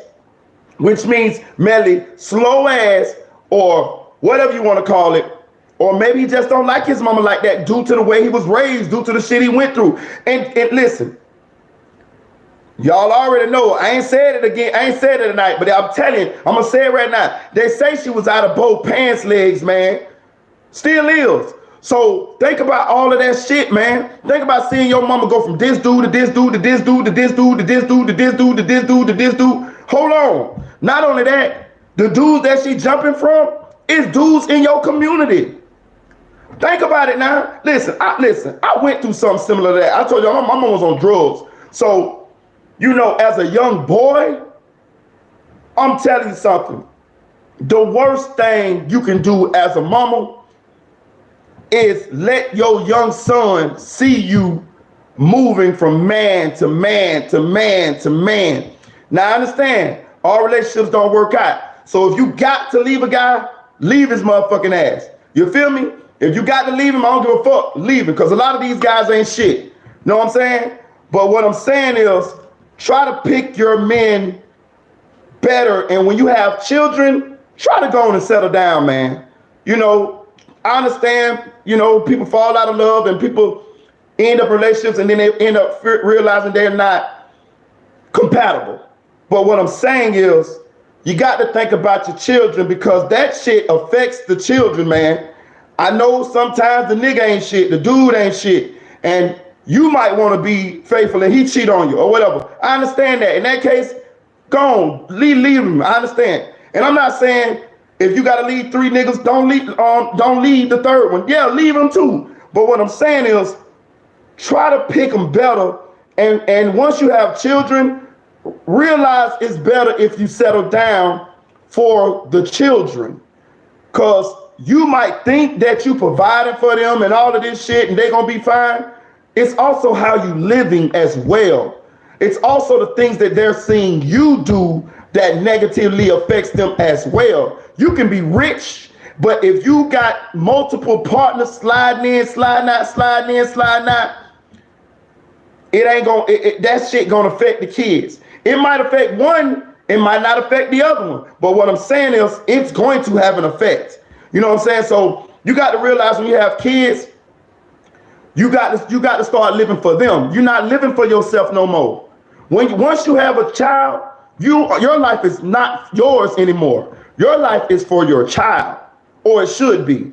But I'm going to read this message to what Track said to Melly's mama, and I'm just showing you by him being able to put this message out and say this message. It shows how Melly and his mama relationship is. This 100K track at Jamie _YNW. I know there's no real bone in your body, but since you want to call at Jay Green and lie, let's talk about it. All your bills get paid. Your son been locked up for 3 years and I've been holding shit down for your whole family. Even when little bro run out of money, I go get him more money and use my money to pay y'all bills. At Jay Green, you had so much to say, stupid little boy. at YNWB Slime is signed to his brother and another label and joint venture with RCA, stupid little boy. How the fuck management gonna hold money? Educate yourself before you come for me. At Jamie King, at Jamie_YNW message. And I clearly said I only handle creative with YNWB Slime. All other business is done through his label, even though all y'all cap, cause he get whatever is owed to him. Nigga, I only make money when he makes money. Cap ass. You know you was never YNW. Go rep 510. Melly don't fuck with you. He tolerates you. Big difference. That last part was to Jay Green, right? My overall is the same overall that Audio Crack 22 got of this exchange between Track and Melly's mama, and because no way he's supposed to felt comfortable enough to talk shit to his friend's mama like this. It's, you know what I mean? Especially publicly. I'm just trying to paint this picture because they were saying about the hit on his mama, and I just want y'all to understand how Track is so dug in with Melly to Melly can overlook the fact or try to overlook the fact that Track actually gave the phone up that's helped sinking him. It's because he feels like, or he knows he doesn't have nobody. If he don't got, if it, bro, you ain't talking to my mama like that, period. Straight up. You ain't talking to my mama like that. For real. You see what I'm saying? How the fuck this dude who just came in your life 2, 3, 4 years got the nerve? That's because you gave him that fucking nerve. You gave him that motherfucking power. You gave him the impression that he could talk to your mama like that. Because you don't have no respect for your mama. And I'm going to tell you another thing. The reason why you don't have no respect for your mama is because your mama don't have no respect for herself, or your mama ain't never had no respect for the way she lived and the way she raised you right because of how she was living. I'm telling you this, I see this shit all the time. I'm not here to bash mamas because dudes is just as bad. It's just depending on which one you get. But toxic mothers are hell. I'm telling you, I done seen them, and they can't do no wrong. They feel like whatever they do is cool, as long as, and I'm saying something. When I mean toxic mama, that don't mean she ain't providing. That don't mean she's not providing, or the dudes that she's with are not providing for the kids. As we see, Jamie fucked with some baller dudes too. So, and they looked out for Melly. But I'm saying the overall how she was living was toxic. It was toxic environment to raise kids. You know what I'm saying? You seeing your mama go from this dude to this dude to this dude to this dude. She letting dudes beat up on you. She choosing their side. Man, let me tell you something. A woman always supposed to choose her kids over a man, boy. I don't give a damn. I don't give a damn this dude a millionaire. Is he do something to abuse your kids, or it's a toxic environment, even if y'all just keep getting into it or whatever? Choose your children, women, please. Because as we can see, this stuff has residual effects with children as they grow up. They have childhood trauma. This boy talking about putting a hit on his mama. And I bet he want to really love his mama. Listen, man, let me tell you something. Your mama can do some shit to you, and you'll still look past the shit. You know what I'm saying? And I'm pretty sure this what's done happened. All kind of shit done happened with him growing up, and he kept looking over, but the shit hurt him inside. Then I told you they already slow. You know what I mean? So his little childhood brain couldn't take all this shit, and now here we go with the split personalities and all this shit. That's so he can disassociate himself from the pain. Them is defense mechanism. Those are barriers. That's why he got the different personalities, or so he say. You know what I mean? I ain't no doctor or nothing, but I have had more recognition therapy. When you go to jail, they make you do all this type of shit. So you get the impulse control, all that type of shit. I actually got an impulse control certificate in this bitch somewhere. So I'm just trying to tell you, I'm just trying to show you that upbringing is what caused part of this, caused part of this, and caused his relationship with his mama to be this fucked up. You let 100K Track talk shit to your mama?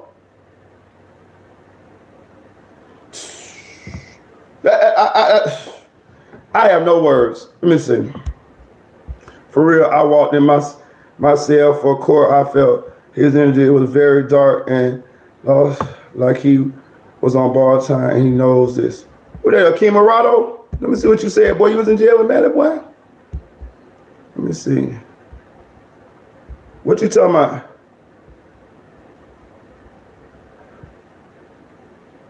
Brought down and look, pose his hair, fell out, skin fell here like his soul depleted. King Morado, what you was in jail with Melly?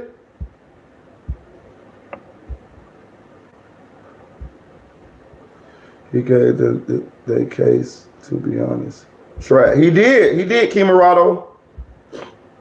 I think Track might be.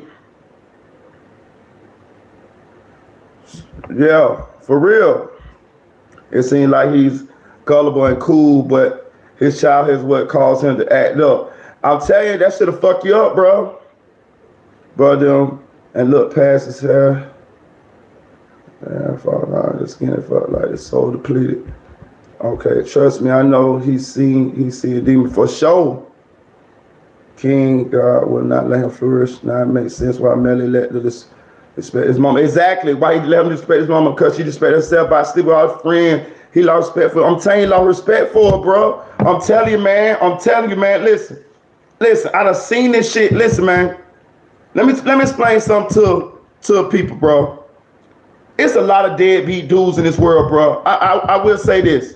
I'm telling you, I done seen them. Me personally, I'm not finna be cool with you if you a deadbeat to your kids. I don't have deadbeat friends. If you're not cool, if you're not involved in your children's life, me and you cannot hang. We cannot hang. You know what I mean? I love my children, so we cannot hang. I'm just being real. That's how I am. And a father not being in a child's life is a very fucked up situation, and it affects the child too. And a lot of times, the fathers take themselves out of the child life due to a lot of host of situations, right? Cheating, want to go cheat with different bitches, this and that, there, whatever. Sometimes, though, the father is forced out. You see what I'm saying? Sometimes the mama, she want to do her thing. She ain't ready to settle down. She just ended up having a baby by the dude. And she wanna, and maybe the dude ain't as financially strong or stable as she feel like she could get. Maybe she a very, very good looking woman. So she feel like, shit, I ain't finna stay here and grind and do all this shit with this guy. I could just go break up with him and I could just hit the stroll and I look good. So I can get me a baller and I can live the life that I want to live, and that will help my child because we living good now. You feel what I'm saying? Maybe that might be why, some guys leave. But let me break this down to what I see it's talked about as much. It is the toxic mother. A toxic mother is very detrimental to a child because look what King said. Oh, Coach, let me see. What going forward? Track eating out Melly, being locked up. Track gave them people their case. He knew exactly what he was doing. He's still getting paid out Melly, and he fried. And I think Bork gonna fold. I told you I think Bork gonna fold. Marita treated me like a sleepy child. No, I ain't, bro. I was just talking this shit because it kind of hitting home for me a little bit about this toxic mother shit. Because they saying that the daddy wanted to be in Melly's life. She left when he was pregnant, and then when he tried to be in Melly's life, she wouldn't allow him to be in the boy's life. And look where we at with the bullshit, right? So a toxic mother is around the child every day. Every day. every day. And I'm telling you, I done seen them. I'm from the hood. I done seen them. A lot of my friends had them. Hell, I had one. You cannot tell a toxic mother what to do. She is going to raise her children the way she want to raise them. Because in her mind, their mind, I have them here with me. I'm taking care of them. I'm putting clothes on their back. I'm feeding them. I'm taking care of them when they sick. But they are missing how they living, or what they denying the child from having, as far as like having his father in his life or whatever, is still affecting the child negatively. They try to justify the good things they do and discredit the bad things that they do, when they really need to realize it take two. It take two. Mama, you can be the best mom in the world, but you still need a father figure in them children's lives, man. You need that yin and that yang. You need that balance. You see what I'm saying? Maybe the mama is the caring, nurturing one. Maybe the father is a little strict. Maybe the father is the caring, nurturing, and the mama is a little strict. Regardless of what, you need that balance. Look what happened to Melly, man. I'm not saying, listen, don't get it twisted. He wasn't no motherfucking, he ain't insane, so he knew what the fuck he was doing. So I'm not putting him off the hook for that. I'm just talking about how he could possibly put a fucking hit on his mama, or attempt to put a hit on his mama, when you're supposed to love your mama. And how you gonna let 100K Track talk to your mama like this when you're supposed to love your fucking mama, man. That's all I'm talking about. King, I used to date Diego Calderon. Melly used to be in the Lauderdale Heavy. The studio he left that night is my cousin's, and it's in my hood where I'm from. Straight up, shout out to King Morado. Never heard of him. King Morado, Diego Calderon, he in the Fast and Furious movies, bro. He in the Fast and Furious movies. He an artist. He used to be in Fast, yeah. Google him. He famous, bro. Psychopathic tendencies, Kenny. Yeah. Ain't no way. Nephew, for real, ain't no way.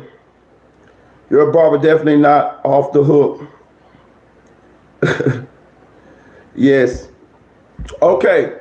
So I'm finna go through a couple more of these videos, right? I'm definitely go through a couple more of these videos so y'all can get the gist of this shit, right? So I went through that one, the LLC, what I'm saying, hit on his mama, 200,000. What's the name? Okay. This one here is about Track. Shout out to Audio Crack 22 too. This one right here got some real damage shit in it too. So I'm gonna play this for you. But this is kind of like, do we think Track is the police? Do we think Track is a CI? Do we think Track just a shady businessman? Or do we think Track is a real dude here, honey?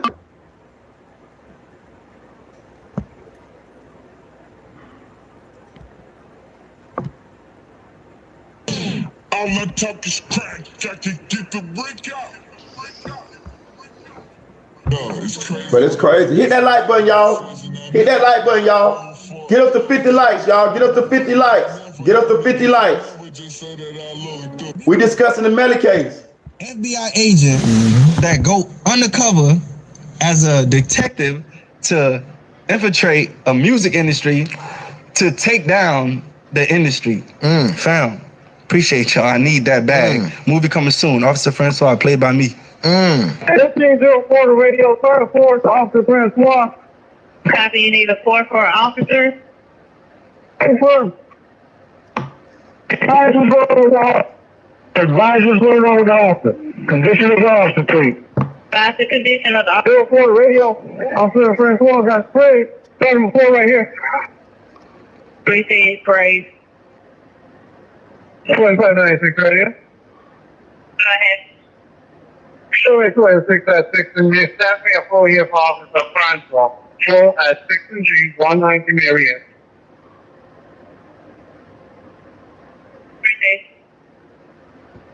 That's Officer Francois, y'all. That was audio from the King Von's shooting where we heard over the police scanners, they were saying Officer Francois. As we know, track name is Jameson Francois, or was. He changed his name to something. I can't remember what it is. They might have changed the 100K track. I don't know. But I think he changed. I know he changed it. I think it's 100K track. I think that's what he changed his name to legally. But he did that after King AK-47. Shout out to King AK-47. If y'all subscribe to the channel, go subscribe to the channel. Actually, I know a lot of y'all subscribe to the channel because I can see it on my analytics. But anyway, King AK-47 first broke the story that about this audio, this police scanner audio saying James Officer Francois in the King Von shooting, right? And to the point where he actually went on King Von's platform and did an interview trying to explain himself, trying to clear his name, saying that he wasn't a police officer or whatever. But this is the audio from that night. Listen, I don't know Track the Police, man. I'm telling you, Track is an enigma inside a puzzle, inside of a Rubik's Cube. You know what I mean? Like, he all over the place. You know what I mean? He a real nigga one day, he'll turn the phone in the next day, he'll help. You know the police investigating Track in the Melly case for actually misleading the case? So that's what I'm saying. He's a fucking, I can't nail him down. I can't nail him down because he's slick. He's real smooth. You know what I'm saying? Oh, AK wasn't the first one to do it? You was the first? Okay, my bad. Shout out Audio Crack 22. He was the first one. Shout out, hey, give my boys flowers. You know what I'm saying? See, that what happened when somebody have a bigger platform and seem like motherfucker act like they had all the, got the one who broke the story. I'm sorry, I didn't know, bro. I just didn't know. I'm sorry, I apologize. I'm gonna give you your flowers.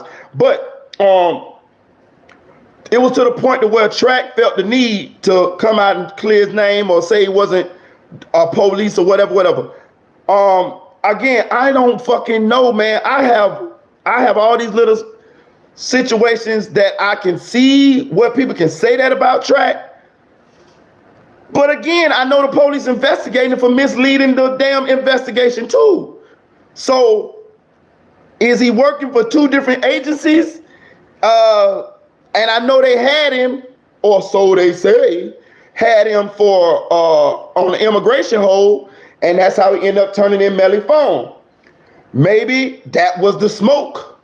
Maybe that was the cover. I don't know. I don't know if you're the hip hop police. All I know is a lot of individuals that's connected with Track under his management team are facing criminal charges or are dead. Now, I'm not gonna put all of them on Track. You know what I mean? Like Muwap and them allegedly going and knocking off LBG Duck. I don't think Track had nothing to do with that. I mean, you know what I mean? That's something they chose to do on his own. But still and yet, Muwap was his artist. Now, as far as some of the artists that got the RICO cases, I don't know. You know what I mean? So I don't know. I can't say. But all I'll say is this. A lot of his artists meet fucked up ends. You know what I'm saying? And this video is about that. It's just putting all of that together. Audio Crack 22, this is his video. And he gonna put all of this together as he investigates Track, who's also Melly's manager. Good. I just seen a full. Welcome to your movie, Officer Francois, starring Officer Francois. Okay, for those who don't know, the YNW Melly case is now in trial. We won't be going over the YNW Melly case, but for those who want to know about the YNW Melly case, they can go to the God Diners. on YouTube. He's been reading all of the paperwork and going through it thoroughly. So that's who I'll go check out. Now, for those who've been with me since the beginning, you all know that I've covered 100K Track thoroughly from his involvement in the King Von incident. Now, I was watching the YNW Melly case get broken down by Go Diners. Mr. Track happened to pop up in the paperwork once again. Now, we all know what Mr. Track has been through in the past, the name change, the Officer Francois, the turning over of Melly's phone, and the list goes on. But now the list goes on a little further because Track's name's all through this testimony. And the testimony I speak of is rest in peace, YNW Sack Chaser, his mother. We're going to put her deposition on the screen. I'm not going to read it all. I'm going to pick some parts out. I'm going to read those. We're going to dissect them, and then we're going to go over it like we normally do. All right, let's get to that now. Okay, we're going to start at number 12. All of the family comes together, and I believe it had to be Friday sometime. I don't know when it was. Again, I don't remember the date, but they came to my mom's house. That was YNW Sack Chaser, mom speaking. Okay, number 17, question. When you say they, who do you mean? Answer, she replies, the manager, a bodyguard, and Jamie. It may have been somebody else, I don't know. But I do remember them too because they introduced themselves to me. So this is 100K Track, Jamie Melly's mama, and the bodyguard going to meet with Sack Chaser's mother after the murders. This is very, very, very interesting. Shout out to Audio Crack 22. This is his content. Go subscribe to his channel if you don't subscribe to his channel. But I'm gonna point it out. He gonna point it out too, which I'm glad that he pointed it out. But I'm gonna pause it after he make this point. Watch what Track do. Watch what Track do in this exchange. He going to visit Sack mama. It's him. It's Jamie, Melly's mama, and a bodyguard. Check this out now. This big old man standing around. I'm like, what was that for? But okay. Okay, so far, for those who don't know, Jamie would be YNW Melly's mother. The manager would be who we all know to be Track. Now, what she's testifying to at this point in time is basically right after what happened to her son. Jamie, which is Melly's mom, Track, and they brought a bodyguard over there to her house, I guess, to console her. So that's where we are right now. So we're going to go ahead and move on, and then we're going to pick up from there. All right, let's get to that. So I do remember Jamie because she consoled me. And I do remember the manager because he jumped in excitement to see me. He's like, oh my God, Juvie's mom. Okay, as you can see right off the rip, 100K Track doesn't even know whose mother this is. I mean, why would he say Juvie's mom? Oh, why would she say that he said, oh, Juvie's mom, when we clearly know that this is YNW Sack Chaser's mom's deposition? So you hear that, right? When they went to meet, listen, this crazy, right? This is fucking crazy. This is fucking insane, right? Track, Melly's mama, Jamie, and a bodyguard went to talk to Sack Chaser mama after the murders, right? The first time he seen Sack Chaser mama, he says, oh shit, Juvie's mom. Bruh. This is what Sack Chaser mama deposition saying. This is in black and white. This is paperwork. This ain't no hearsay. This is what she told the authorities, right? So my thing is this, nigga, nobody ain't tell you who this lady was on the ride over there? You mean to tell me you rode all the way over there to see this woman and you didn't know who mama she was? Come on, bro. Let me tell you another thing too that I heard through the grapevine. Track didn't know Sack and Juvie and them that long. I heard he knew them less than a year. I heard Track knew them less than a year. That's the word I'm getting. Know what I'm saying? So as far as the interaction with they mamas, probably very minimal. Now, of course, he gonna have interaction with Jamie because she Melly's mama. She's the star's mama, right? And of course, Jamie gonna be all up in there. She gonna slide her way up in that motherfucker. You know what I'm saying? But this man did not even fucking know that was Sack Chaser Mama. But you going over there to see Sack Chaser Mama. How the fuck? How the fuck? I just don't fucking understand that. When y'all got y'all ass in that car, when you and Melly Mama got in that car, she did not say, hey, we finna go see Sack Chaser Mama. Like, I don't fucking get it. How could you mistake this woman for Juvie's mama? That means you didn't know Juvie mama neither. But that's some more shit finna happen here. That Audio Crack 22 finna point this out. Check this out. So, I mean, this is the thing that I'm saying about this guy. It's like, yes, you're the manager and everything, but sir, it's almost like you never know anything. I mean, it's a lot of similarities from this one point right here that was in King Von's case, where you didn't go to the funeral. It was et cetera, et cetera. It's just things like this is what makes people question the type of individual that you portray to be, Mr. Track. I just needed to stop it there because I just couldn't believe that. Like, you don't even know this man whose mother this is. And she's grieving at this time. So let's also take that into consideration. I mean, this is the type of individual that we're dealing with. Okay, let's move on. I remember those two persons at that time. It was probably the greatest feeling after losing my son because they were so close to him.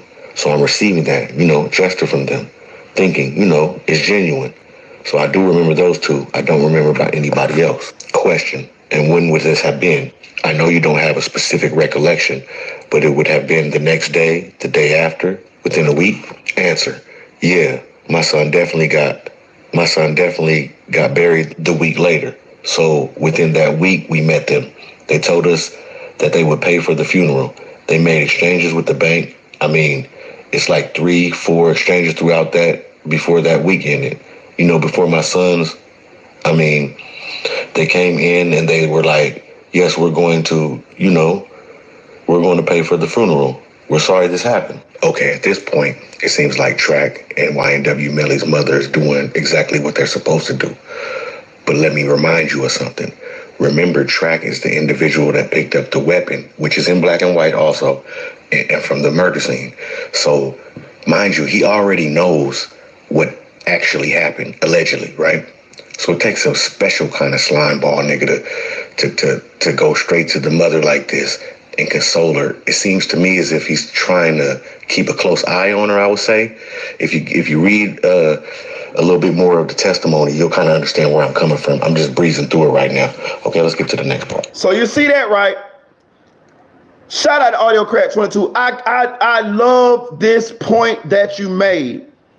I love this point. I see you, King Morado. It's her fault, Marita. Listen, I love this point that he made. Do you realize that Track is now talking to Sack Mama, that he called Juvie's mama initially when he first seen him, and now he's offering, he's paying for shit. He paying for the funeral, shit like that. This is Sack's funeral. He's paying for the shit, this and that, right?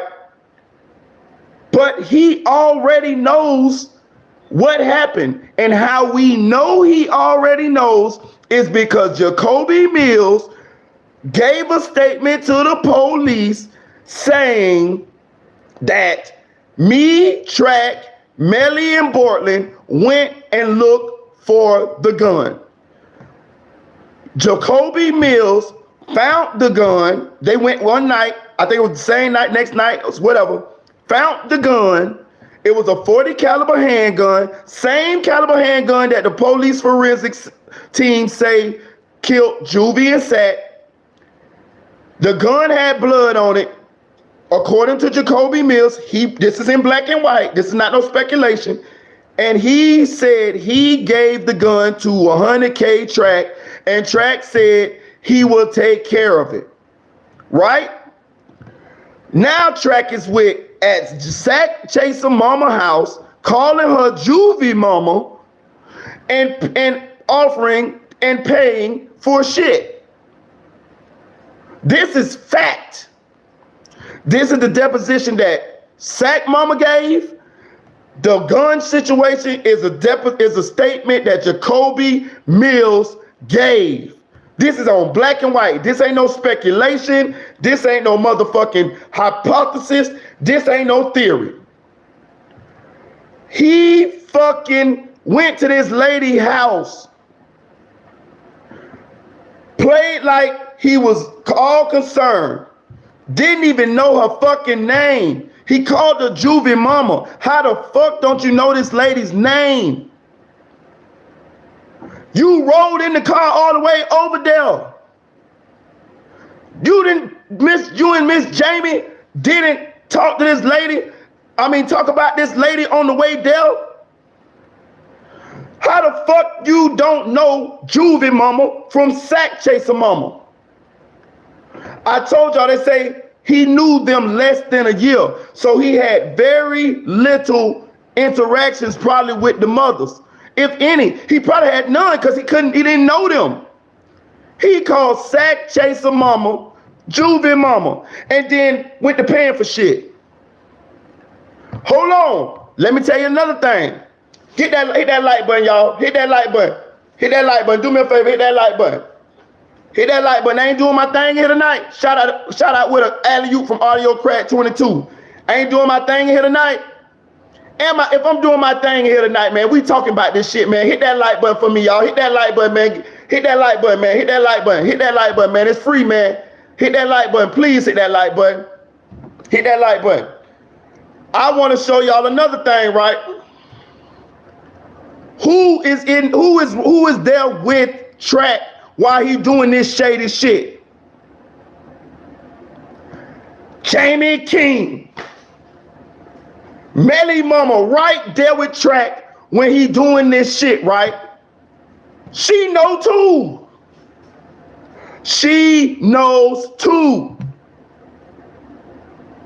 When I play further this video and y'all listen to this, you're gonna see that they're gonna try to let Melly mama be the one to deal with the mamas, because she trying to keep close tabs on the mamas too, to make sure the mamas is kind of like believing the story that they saying, which is a drive-by. But she really trying to protect her son, which I don't knock her for. I don't knock you for trying to protect your son, but I'm just showing you the shady shit that's going down. But some of y'all, but the Melly fans say he innocent though. Let us continue. 15. Did you have any conversations with Track, the manager? Answer, yeah. He definitely showed himself friendly as well. Question, and? Answer. And everything he said everything he said in that week, in that time, he said, I'm going to take care of the funeral. And he said, he gave my ex-husband something. I don't know, because like I said, I pulled away from everything. Then he said, give me your bank account. I'm going to put money in the bank account. And he did that. I had to text him a few times to discuss that. I believe he was speaking with my daughters about the t-shirts because there were some requests that they be made. We wanted t. Okay, right? So this one here is a little sketchy, right? So what Track told Sack Mama, give me your bank account information. I'm gonna put some money in your bank account, right? She say he did that. She said she had to call him a few times, but he did that, right?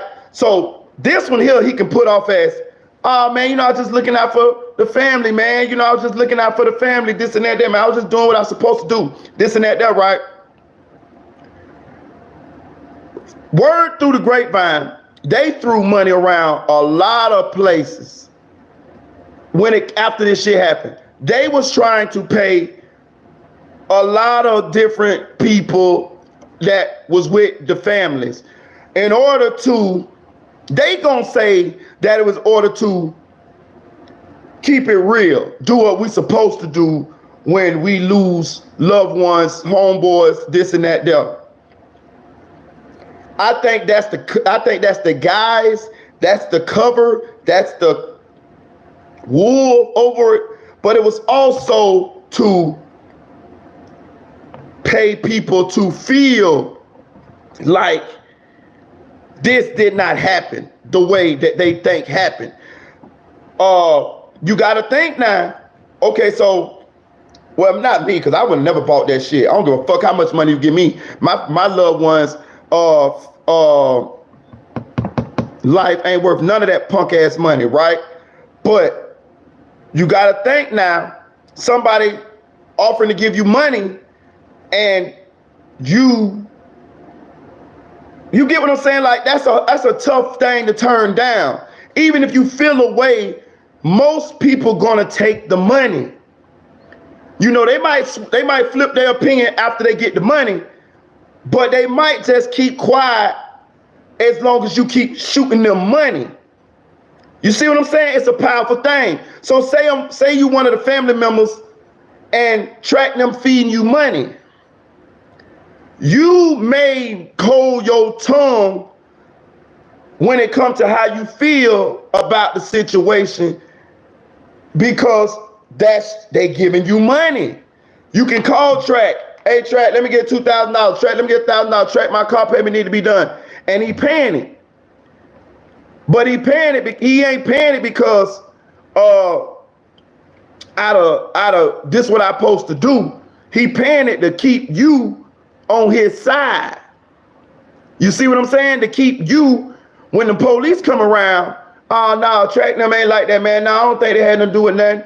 You see what I'm saying? And they got Miss Jamie playing the mama's close so she could kind of check the temperature to see whether they still feel like this was a drive-by or they feel like something else. Hit that like button, y'all. Hit that like button. But we finna get into it. This is Sack Chaser Mama deposition. This is what she's telling the authorities. Yes, money make you more comfortable, but it do make you a liability. Shout out to Winnie Safi. And the money for, they said, whatever you guys want, 16. After that, you know, I did a FaceTime with Melly and Track and Cortland around Thanksgiving.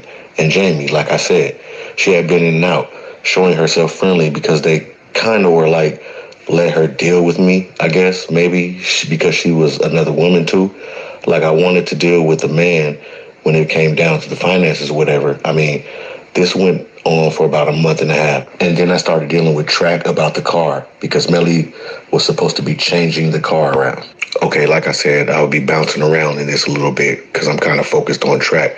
But what you guys didn't know was earlier in the testimony that Melly, his mom, and Track bought YNW Sack Chaser, his mom, a car. Now let me tell you about the car. If I'm not mistaken, the car that they gave her was the second vehicle that they left the studio in the night of the murders. The second vehicle that they left the studio in on the night of the murders. If I'm not mistaken, Sack Chaser Mama ended up with that car. So that's the car, if I'm not mistaken, what she's talking about. Outsider looking in, it will look like everybody is doing a great deed, right? But when you put it in perspective and you think about the whole situation, it's really messed up how they doing YNW Sack Chaser mother like this, allegedly, if this is true. But I believe it's true because she's up on the stand and this is her testimony. This woman has no reason to lie. She lost a son in this situation and all she wants is justice for her son, which she does deserve. Now, Track, on the other hand, Track has all of these situations tied up into this case. Again, we went over this millions of times. Just go back to, and you can go back to the videos and check them out. Explain to me, how is it that this man is still walking the streets, continuously growing in the industry, getting more money, signing more artists, when he has so many situations tied into this case? That's the part that I don't understand. And I agree as well. Listen. We have Jacoby Mills. I'm gonna keep emphasizing this. We have Jacoby Mills, who did a police statement, right? He said him, Track, Melly, and Bortland went and looked for the gun. He said he found the gun, a 40 caliber handgun, the same caliber that killed Sack and Juvie. He say the gun had blood on it. He say he gave the gun to Track. So they all four of them out there looking for the gun that Melly done tossed, right? He actually was the one that found the gun. He say he gave the gun to Track. This is Jacoby Mills. This is in black and white. This is not no goddamn made up shit. This is on documented. He say Track got the gun, told him I'll take care of it. That's the last he seen of the gun. He gave a statement to this. Now let me tell you something about Jacoby Mills, right? They saying Jacoby Mills is definitely trying not to testify, right? I don't know if he went in hiding.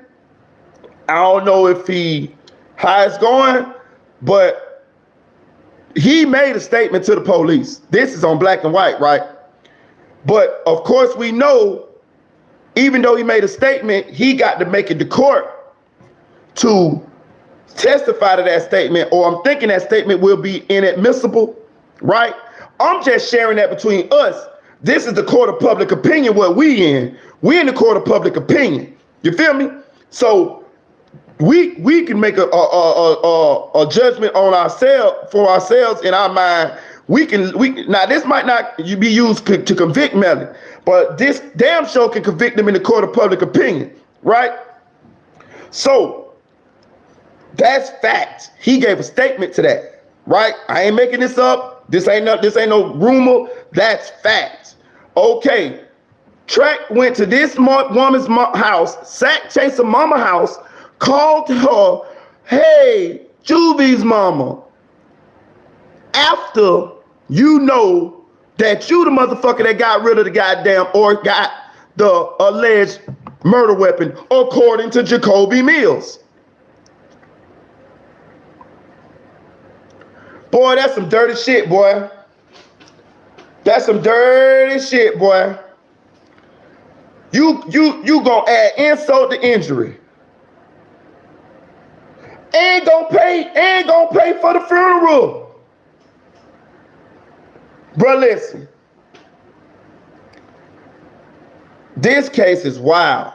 If you go on my page and look at the interview that I got with Spoon, Juvie's daddy, it's on my page right now. Hit that subscribe button and hit that like button, y'all. We heating up in this motherfucker. Go look at the interview that I got with Spoon, Juvie's father. He said that Melly dressed Juvie for his funeral. Now here we got Melly dressing Juvie as far as picking out the clothes that he would wear when he was put to rest. And you now is on trial for murdering this man. You also got 100K Track, according to Sack Chaser mama. This is the deposition. Now ain't nothing I made up. She said that 100K Track came to her house with Jamie, Melly's mama, and a bodyguard, called her Juvie's mom, not even knowing that she was Sack's mom. I don't even know the fuck how that happened, because I know on the way in the car there, y'all had to know y'all were going to Sack Chaser mama house. Like, excuse me. And you gonna pay for Sack Chaser funeral, knowing that Jacoby Mills, knowing that you got rid of the 40 caliber handgun that allegedly is the murder weapon, according to Jacoby Mills' statement. Wow. Wow. Am I putting this shit together for y'all? Am I doing, shout out with Audio Crack 22 with that alley-oop. I just dunked that bitch. Are we putting this shit together for y'all, man? This shit is like, this shit is fucking insane. I'm gonna go over this again because we got 87 people in here. Get them likes up, y'all. Get them likes up. Jacoby Mills gave a statement saying 100K Track, him, Portland, and Melly went and found the fucking murder weapon. A 40 caliber handgun, same handgun caliber that killed Sack and Juvie. He say, Jacoby Mills, this is what he said in his statement. He found the gun. He say Melly didn't find the gun, Track didn't find the gun, Bortland didn't find the gun. He found the gun. They looking around for the gun at night. He finds it. When he finds the gun, it's got blood on it. He gives the gun to 100K Track. 100K Track says, I'll take care of it. He said it's the last he's seen of the gun. Right? Now here we got a statement, a deposition from Sack Chaser Mama saying that Jamie King, Melly Mama, 100K Track, and a bodyguard showed up to her house. I ain't making this up. This is in the deposition. This is what she said. She said that when Track got there, he said, hey, Juvie's mom. She said she didn't fucking understand how the fuck, because Melly told him where the gun was at, Dream Dog. He told him where he possibly threw it at. You see what I'm saying? And that's why they all went back to the area and were looking for the gun. She say he called her Juvie's mom. How the fuck don't you know this lady is Sack Chaser Mama? You is in the car all the way on the way over there. You can't tell me that you and Miss Jamie ain't say, hey, we going to see Sack Chaser Mama. So how the fuck you gonna mistake this lady for Juvie's mama? You couldn't have knew her nor Juvie's mama before this, right? Now, the lady said that Track told her, give me your bank account information. She say she did, and she say Track went to paying for the funeral and sent her some money. She said it took a few times for her to get in contact with him, but he did send her money and he did pay for the funeral. My thing is this, he paid for the funeral and all this shit after you know Melly allegedly did this shit. And you got the fucking murder weapon. That's crazy, ain't it, man? That's crazy, ain't it? Dream Dog, I suspect it was close to the crime scene. I don't know how far away it was. I don't know.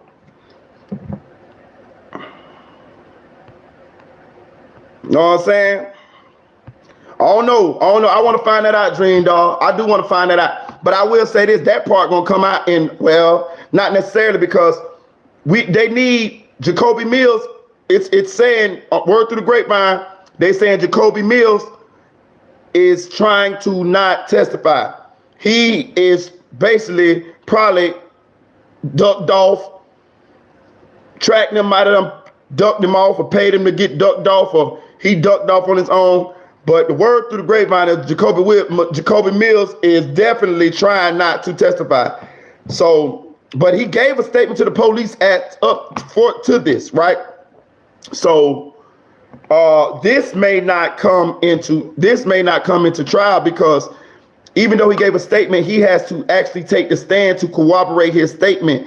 And we all know if a witness don't make it to trial, his statement can't be used, because you have the right to face your accusers in a court of law in the United States of America.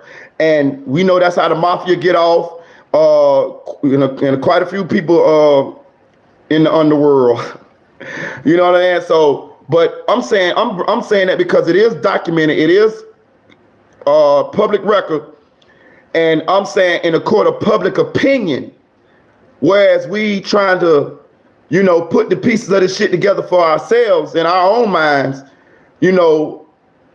as to what possibly happened, because we wasn't there. I would like people to know this. Like we have a guy who's saying that we found the murder weapon. I found the murder weapon. He's not only that, he's saying himself. Like, that's real strong. You know what I'm saying? That's stronger than a motherfucker. I found the weapon. Me, Melly, Bortland, and Track went and looked for the weapon, and I found the weapon. Jacoby Mills saying, I found the weapon and I gave the weapon to 100K Track. This is court documented. That's a powerful statement. That's a powerful statement, y'all. Y'all don't feel me? That's powerful than a motherfucker. Like, bro, Listen, y'all, everybody entitled to believe what they want to believe. And I'm cool with that. Everybody don't think the same. The world wouldn't go around. But I'm just saying, like, what y'all think after all of this? Like, King, well, what? Get out of here. What it say? What it say? The voodoo protecting bees. Yeah, and if they find it's over. I believe so, Dream Dog, but I don't think they found that thing yet. Let me see. Them niggas was in the water searching. No, I think it was in the wood. I think it was in the woods. I don't know where it was, but I know Jacoby Mills said they found the gun. You know what I'm saying? That's his statement. I was shocked when I seen it. I'm like, damn. So they actually found the murder weapon? And he said he gave it a track? Like, that's why when y'all say it's track of police, I can't nail him down as a police. He's a slippery guy. He's a slippery guy.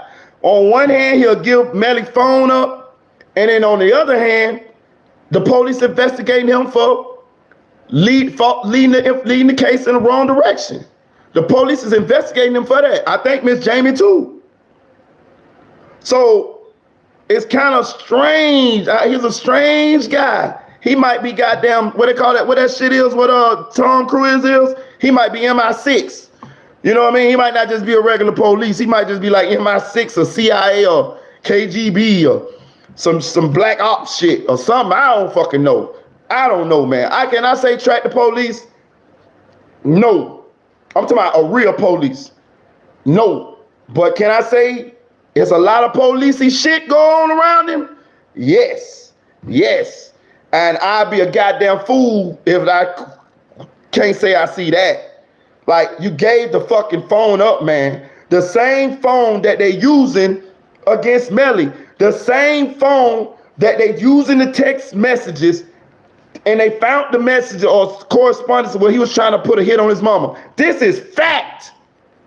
These is not rumors, y'all. I would like y'all to understand this. This is court documented facts. This is in black and white paperwork. We assume here some shit we put together, some shit we throw around theories and thoughts and shit. But when I'm telling you this shit is in paperwork, like I mean, this case is wild as fuck. You know, I'm gonna have to check that out. Okay, why track Dre Green with beefing about informer track the police? Those y'all cuss words. Okay. Let's see. It's some more shit I want to go over here. Let me see.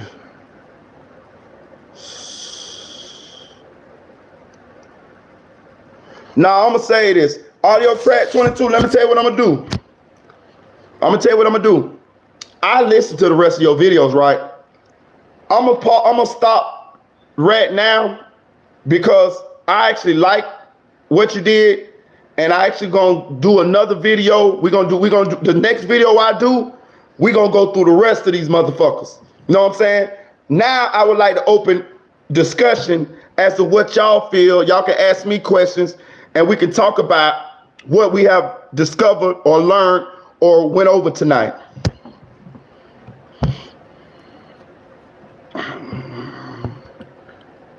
And that's another thing. I don't think Track is a felon at all. I don't think he's a felon. So Track can have handguns. I mean, he can have guns. I don't think Track is a felon at all. I'm pretty sure he's not a felon. Gonna get stream so we can chop it up. Okay, I'm gonna get stream, y'all, bro. I'm gonna download that bit. I'm gonna get that bit. This is like a class. It is, man. Shout out Dream Dog, man. You know, last night we had some entertainment, and I just wanted to bring it. Well, actually, when I went in my email and I went over Audio Crack 22's emails and stuff he sent me, you know, I wanted to break it back down. You know what I'm saying? We'll get ratchet in this bitch too. Now we'll show out in this bitch too, like last night. We'll entertain too, but I also wanted to get back to the case. Get back to the facts. Yeah, last night was hilarious, man. Shout out to Cameron Thomas. That shit was hilarious, bro.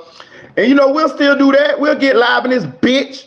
Know what I'm saying? But I wanted to get back to the foundation of this case so we can go over this case, because some of the stuff that I found in Audio Crack 22's videos that he had done found in the depositions and in the court documents, it was very interesting to me, and I wanted y'all to know, and I wanted to go over them with y'all. Like Miss Jamie, she was a willing part. She knew this shit from the start.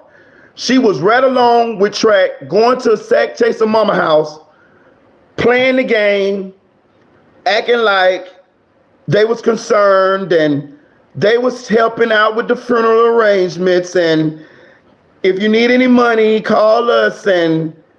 But really, y'all was part of the cover-up.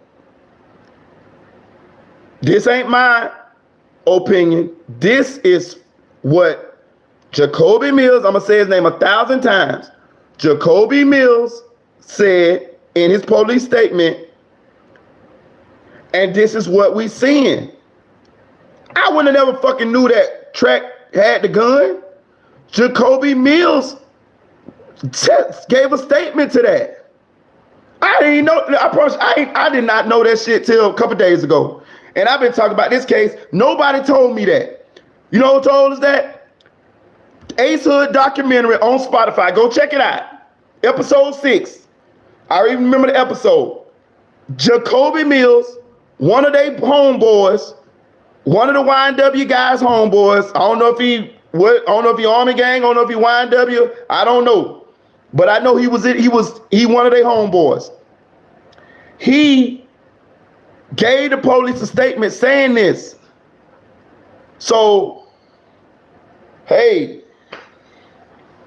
it's not looking good, man. Y'all hit that like button, man. Y'all hit that like button, man. Get me up to 60 likes, man. Get me up to 60 likes, man. Get me up to 60 likes. Hey, listen, man. Y'all subscribe to this channel. We be doing this shit every night, man. We be doing this shit every night, bro. Listen, we go over this shit every night. By the time the Melly case pop off, we gonna be the most educated on this shit than anybody. You know what I'm saying? Go to my page, look at the interview that I got with Spoon. That's Juvie's father. They on my page. Go on my page and look at them. You know, you can get some valuable information in that as well. I got other parts of the interview that I'm gonna come out as soon as my boy give me the okay to put them out. You know what I'm saying? And we gonna keep on going with this here, man. You know what I'm saying? Because this case is finna go to trial in early June. It's gonna be the talk of hip hop. It's gonna be we already know the YSL case is kind of like buffoonery. That shit, they ain't about shit though. But the Melly case is a case that everybody been waiting on because of how heinous this is. This man is alleged to have killed his 2 closest friends. And yes, they shitted Sack. YNW Taliban. Listen, and they shitted Sack out of his money. I'm riding with you too, Audio Crack. Straight up. I damn near got your little theme memorized. For real. Straight up. All I said, look, Crack, I can get the Rico. Hey, look. But bro, this shit is wow. Shout out to 7B Music TV. Straight up though. Look, this shit is wild. This shit is wild. Hey, y'all subscribe, man. Hit that subscribe button, man. Hit that subscribe and that like button, man. Get them likes up, man. Get them likes up. Get them likes up. And listen, let me tell y'all something. Guilford, the Dub, all them people, they be watching our fucking lives. They be watching these lives, bro.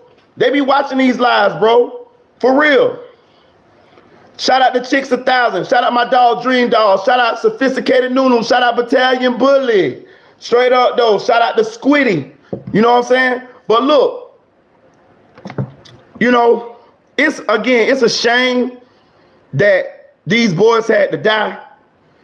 Like, I still don't feel like none of this shit was worth them dying, bro. And I feel like Melly fucking threw away his fucking life for some bullshit. I went through his past a little bit earlier tonight, which was fucked up. But we all have, well, a lot of us have fucked up past. You know what I'm saying? Shout out to Miss Allegedly. You know what I'm saying? Shout out Winnie Safi, my Kenyan sister. Listen, we all have fucked up past, bro. But this fucking case here is fucking insane. Listen how crazy this case is, bro. Fucking Juvie and Portland have the same sister. Portland is accused of helping cover up the murder of his sister's brother. Basically, your brother. Basically, your brother.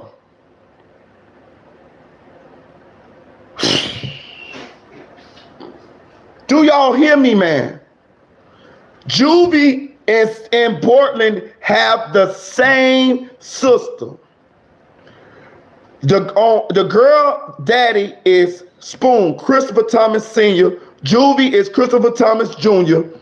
The girl mama is the same mama as fucking Portland.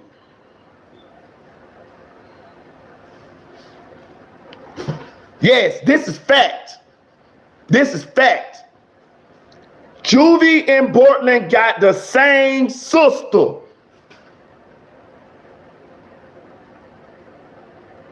That man is accused of covering up the murder from his fucking brother, man. This case is fucking wild, man. Get them like buttons up, man. Hit that like button. Get them like buttons up, man. Get them like buttons up. Get them like buttons up, man. Hit the like, man, and subscribe, man. Subscribe. Winnie Safi. Y'all see what Winnie Safi saying? I ain't gonna say it. Y'all see what Winnie Safi saying? Y'all see what Winnie Safi saying? That's 100% true. Yes, Dream Dog, they were stepbrothers. Yes. Yes. Yes. Yes. Yes. That's fucking insane, man.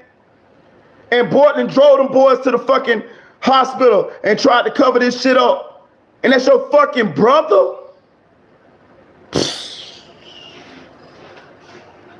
Bro, I can't make this shit up, man. I can't make this shit up, bro. I can't make this shit up. I swear it's some movie shit, bro. I can't make this shit up, bro. Listen, if you go to my video, Spoon talk about this in my video on my page. You can go see them. I put like 4 or 5 of them up there. It's an interview with me and Spoon. That's Juvie's father. Go check him out. He talk about this. I didn't even fucking know that. I'm like, what? I'm like, what? I say, bro, and I know Spoon, you know, since we was kids. And, you know, but I had moved back away, so I didn't know any of his children, so I didn't know Juvie or nothing like that. And when he said that my daughter is Portland's sister, I say, get the fuck out of here. And I ain't seen nobody reporting that. Like, god damn, bro.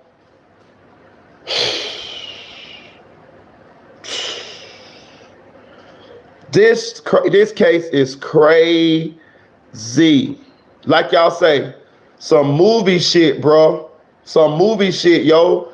Then when Spoon told me, it's in my video, go look at my video. My video's on my page. My interview with me and Juvie's father. He said that Melly dressed Juvie for his funeral. I say, what? I say, so you mean the man that's accused of killing your son, the mamas let him pick out the outfits for your son to be laid to rest in? He said, correct, Mike. I say, what? I said, what? Man, I can't make this shit up, man. Like, this shit is crazy. Like, now, hold on. Now think about the Murder on My Mind song that was made before they was dead. Now, people like to think that this song was made afterwards. It was not. He made this song before them boys, before this shit even happened. Do you see how this shit is like eerie? It's like spooky. It's like, wow. So you made this song about killing your friend, and then you actually kill your fucking friend? I can't believe this shit. I can't believe it. I wish none of this shit never happened. I promise you I do. I promise you, this shit is fucking crazy. It's tragic. It's sad. It's like, God damn. And then in the middle of this, in the middle of all this, you got this incredibly talented young man who possibly could have been a megastar. But he fucking threw it all away. He threw it fucking all away. That's fucking crazy, bro. That's fucking crazy, bro. Hit that like button, y'all. Hit that like button, y'all. Hit that like button. Hit that like button. Hit that like button. Please hit that like button. Give me up to 70 likes, man. We going up, man. Hit that like button, man. Hell yes. And then on top of the rumors, hold on. I didn't play the video for y'all, but in Audio Crack, shout out Audio Crack, one of his videos, the lady was saying about homosexuality. It was actually Track's wife was saying about homosexuality in games. Audio Crack 22, jump in here with me and let me know if you remember what I'm talking about. You remember, I'm the first one to report to y'all about the horizontal mambo. You see what I'm saying? Track's wife was talking about homosexuality in gangs. I'm telling you from my sources, they said the police told them that it was homosexuality going on between Sack and Melly. This came from the police. This came from the police, and they told some of the people, and some of the people told me.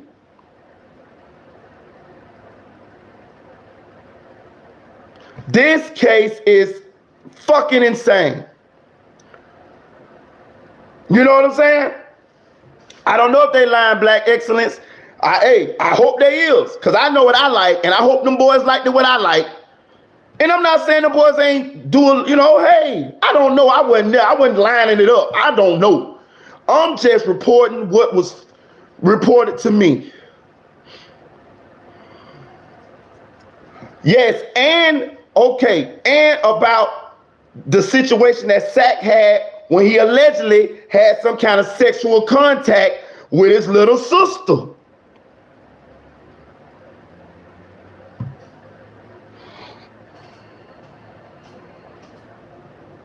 You see what I'm saying? This case deeper than a motherfucking rabbit hole.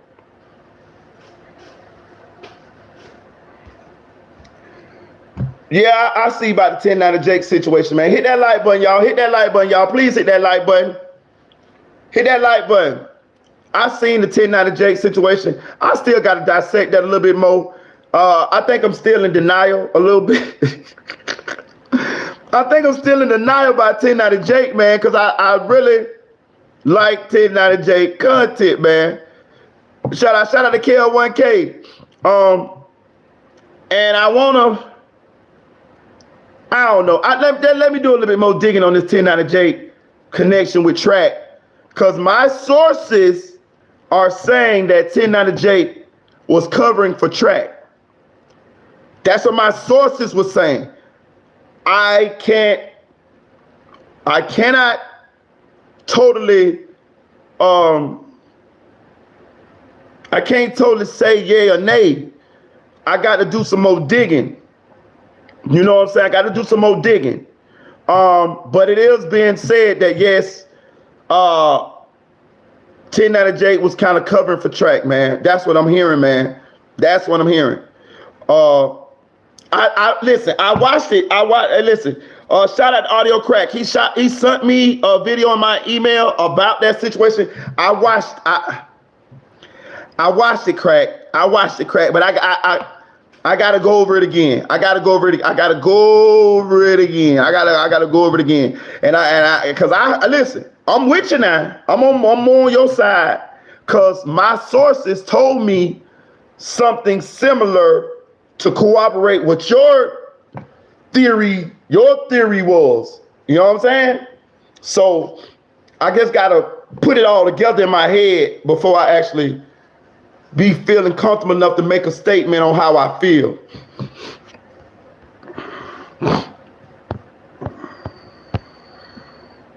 That's what I'm saying. I got to go over the information again. That's what I'm saying, so I can know, man. You know what I'm saying? That's what I heard. That's what I'm saying. Listen. I heard, and I don't want to discredit 1090J because I don't know, but I heard it wasn't. I heard he got paid too, bro. I'm telling you, I heard this too. I heard he got paid. Can I confirm this? No, but I heard, you know. And if you watch that interview what he did with Track, because I saw it, the energy was different. The energy was different than the normal 1090J that I'm used to loving to watch. You know, so can I say? I don't know. I'm gonna look though. I'm gonna look, and then I better form a better opinion. Y'all hit that like button for me. Please hit that like button. You just coming in here, man. Subscribe to this channel. Hit that like button. We go in every night by Melly, bro. And we be listen. I don't think nobody channel be bumping like this on this case. I'm telling you, this is the spot, bro. This is where you come here. Everything. We don't hold nothing back. We got connections. We know people close to the situation, and we motherfucking be the ones. We the ones. We them boys when it come to this shit. Shout out to the Squiddy, Sophisticated Noodle, Battalion Bully, the Chicks 1000.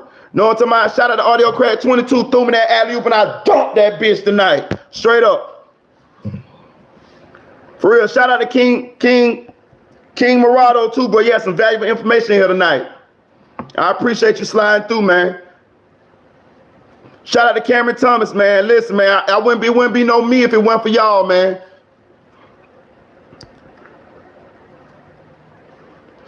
Okay, also 1090 is G-Shine. They are trying to connect Melly as G-Shine to get it. Yes, I saw that. I saw that. G-Shine Bloods. Yes, I saw that. I saw that. I saw that. I saw that. I'm telling you, man, I'm torn on. I ain't torn, but I am torn. I like 1090 Jake, man. But hey, who know? I gotta go with the facts. Once I find them out, once I find out what the facts is, I got to go with the facts, man. I got to go with the facts. You know, I just hope my dog ain't jeopardize his credibility for some money, you know, and that's what they said. But I don't know that for sure, so I ain't gonna put that jacket on him. But he just struck me as somebody.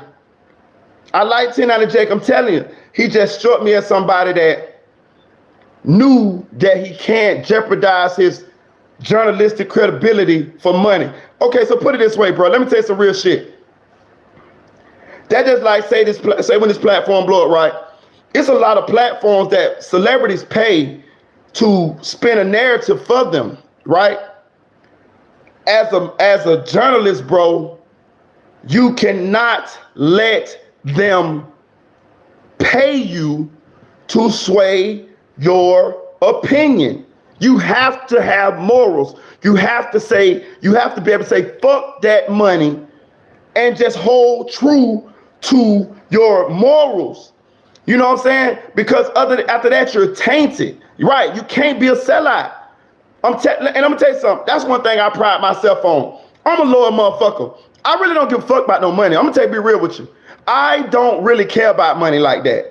You know what I'm saying? I know you need money in order to live and pay your bills and all that shit like that. But I care more about a loyal friend, people, you know what I mean? Shit like that. That's, you know what I mean? It's just in me. You know what I mean? Like, you can't buy me. You feel what I'm saying? Like, it's some shit that, like, I won't do anything for money. I will be broke before I compromise my morals for money. And then they got, and that's before this blogging shit. It's just the type of person that I am. You know what I'm saying? So, you know, and I understand a lot of people do have prices that they'll fucking sell for. Hey, I understand it's them type of people in the world. But I'm saying I'm not that type. God didn't make me that way. You know, if everybody made different, he didn't make me that way, bro. He didn't make me that way. So I don't give a fuck who you is. I'm not going to sell out for no money. You know what I'm saying? I stay right where I'm at, doing my little 1-2, making whatever God got me, blessed me to make. You feel me? Shit. You know what I mean? So I don't know if that's what happened with what's the name, but you know, and I come from the bottom. So bitch, I'm comfortable. I mean, you know what I mean? Like I'm comfortable dealing with maintaining. I'm comfortable just, you know, with a simply living, being able to take care of my responsibilities, provide for my family, and that's it. Like, I'm cool with that. You know what I mean? I done did a bunch of other shit. I don't, you know what I mean? I'm fine. You know what I mean? Let me tell you, what I'm trying to tell you is if you count me, if you count me as a friend, if you have me as a friend, you got a real one. You got a real one, boy. I'm talking about, I'm trying to help any way I can. You know what I'm saying? That's the type of person I am, bro. For real, bro. That's how I am, bro. So, you know, and I can't wait till this fucking channel go to making money, till I go to making it rain on some of y'all from this fucking YouTube money that I helped make, that y'all helped me make by supporting me and subscribing to me. Why the fuck wouldn't I give it away? Bro, I used to be a construction foreman. I got in trouble for giving away my bonus money, bro. I got paid $4,000 as a construction foreman for as a bonus. My boss called me in the office and I gave away like $1,000 to my workers. I ain't work. I was a boss man. I got in trouble for giving away my money. Telling you, bro, I'm a real one, bro. For real. Yeah, I was making money last night, for real. Shout out Dream Dog. Track was settled on my, I don't know, man. I don't know where it's track from. I think it's from West Palm Beach, right? But I think he Haitian. But I think he from Haiti though. But I think he Broward County. I think he Broward County. Yeah, last night was lit, Dream Dog. Nigga killed old opponents and 2 friends. Y'all niggas different. For real, man. For real. Straight up, Anthony Thomas. For real. For real. Black Excellence, shout out.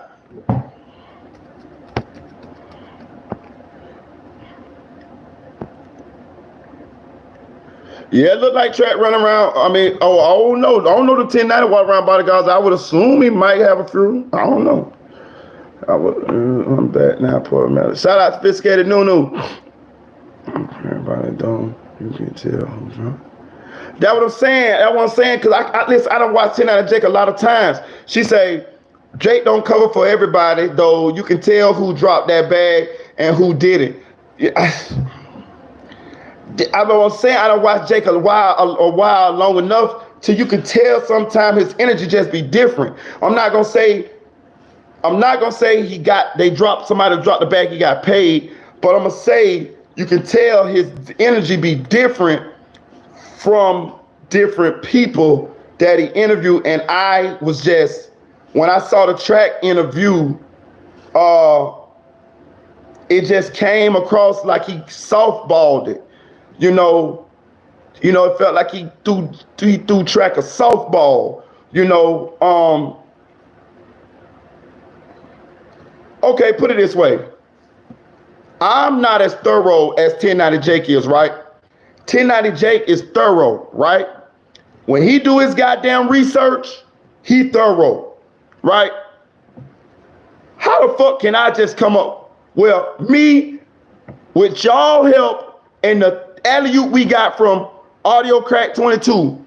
Put it this way, how the fuck can we, I'm gonna say we, because we together, how the fuck did we was able to just come up with all this shit on track already. We just did this. We like I don't know who the fuck 1090 have doing his research, but they're very, very good. I'm gonna give them credit on that. But what I'm saying is, look what we just discovered that track is involved in. Black and white. Jacoby Mills is in black and white saying he gave the murder weapon to Track, the alleged murder weapon to Track. Sack Chaser Mama is on record saying Track paid her money, called her Juvie's mom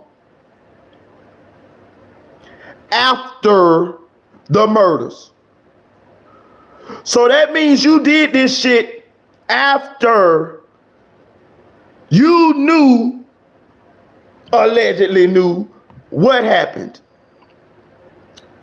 This is in black and white. That man say he gave you that gun. So if that is true, that means you knew that Melly did this crime and went to this lady's house and portrayed to be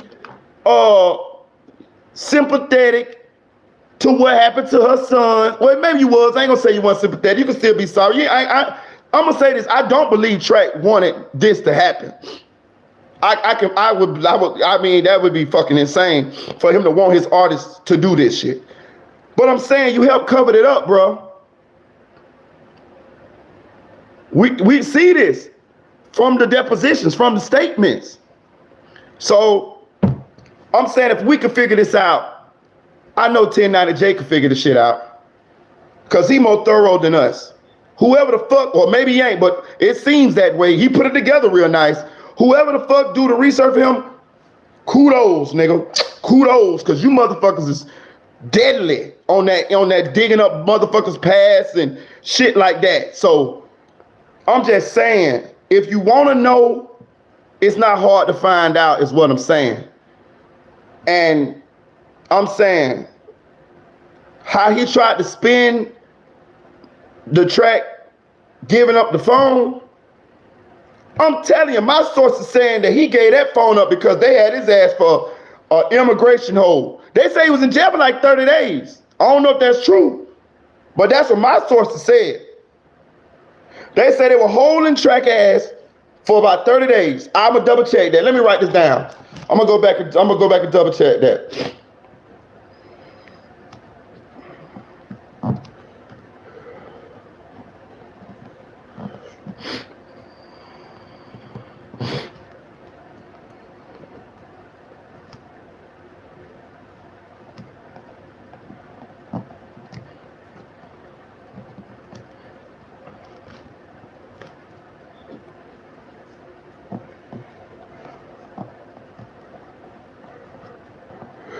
I'm gonna double check that.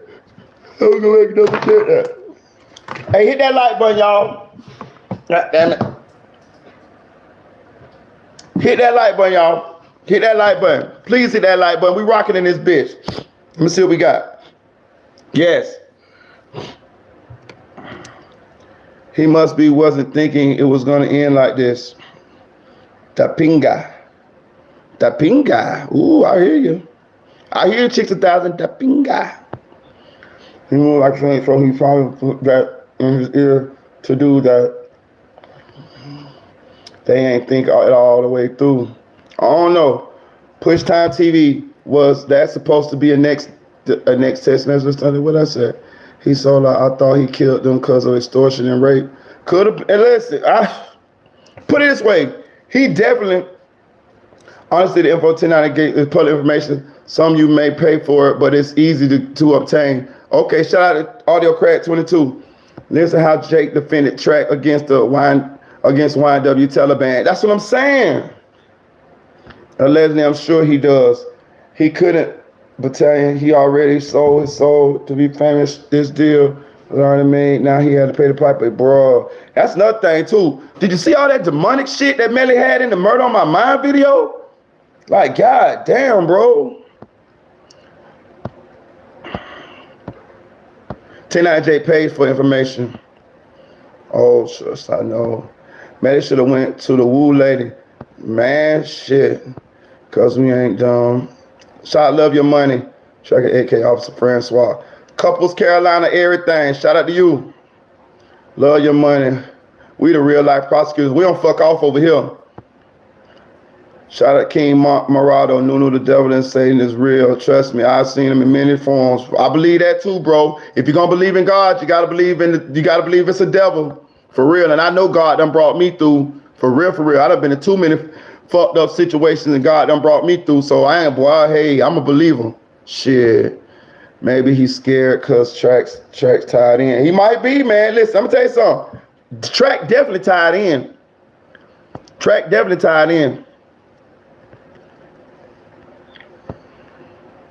I'm gonna say another thing that I didn't realize that shout out to Audio Crack 22 enlightened me on in his video that he sent me in my email.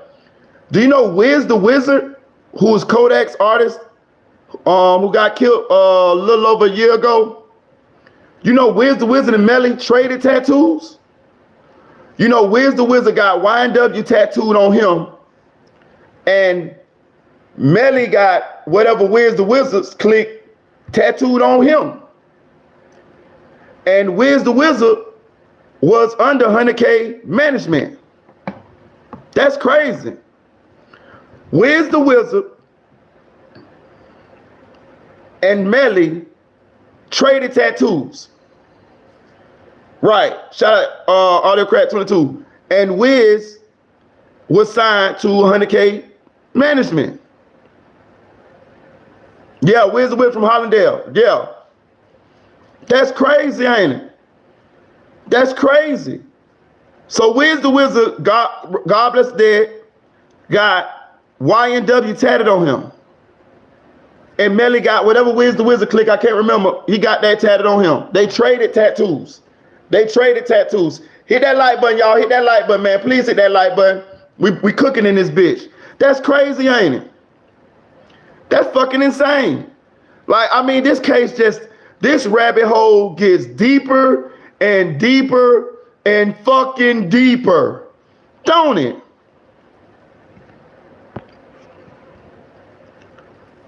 Shout out to Manziel TV. I'm a huge fan of Sack and Juvie. I think they could have been great. I think they all would have been great if they would have fucking just stuck together.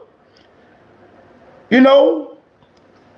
For real. I think Sack would have been a decent businessman because he definitely had a vision. You know, he definitely had a vision. And, you know, if he would have got a chance to get up in the real big music industry with his sexuality, he could have went to the moon.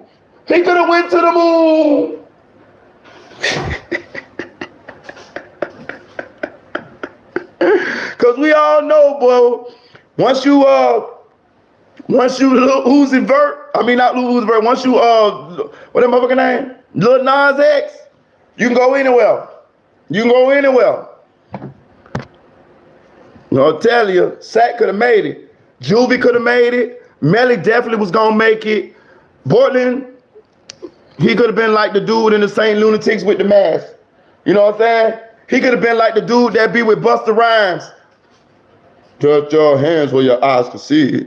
Ballin' in a place to be. What the dude name? The best hype man ever in the world? The dude that Busta Rhymes be having with him. That's who Portland could have been. You know what I'm saying? Listen, that dude who Busta Rhymes had with him, that's the best hype man I ever fucking seen. That could have been motherfucking Portland. So they all could have made it. You know what I'm saying? This Portland role models, that dude with the mask and the St. Lunatics who never said a motherfucking thing, Flavor Flav, and that motherfucking dude that Busta Rhymes be having with him. That dude Busta Rhymes be having with him, that's the best motherfucking hype man I ever fucking seen, nigga. Take Buck Wallet in a place to be. On my hands where your eye can see. That nigga, that's who the fuck Portland could have been. But they could have made it. Yeah, Spliff Star. Yeah, that nigga there.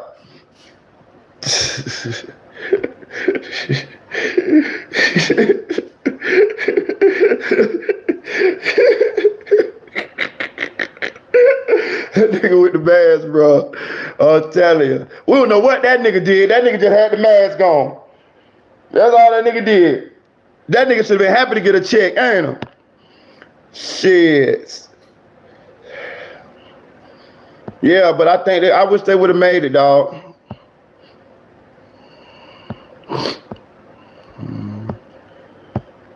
Cause he wasn't there, was a lie. The gunshot blew his head apart. He was shot from back of the head. See, he was back door. Ooh.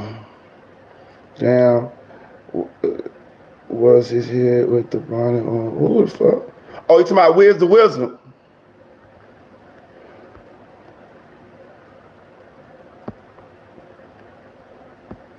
Oh, y'all talking about Wiz the Wizard? You fast, okay.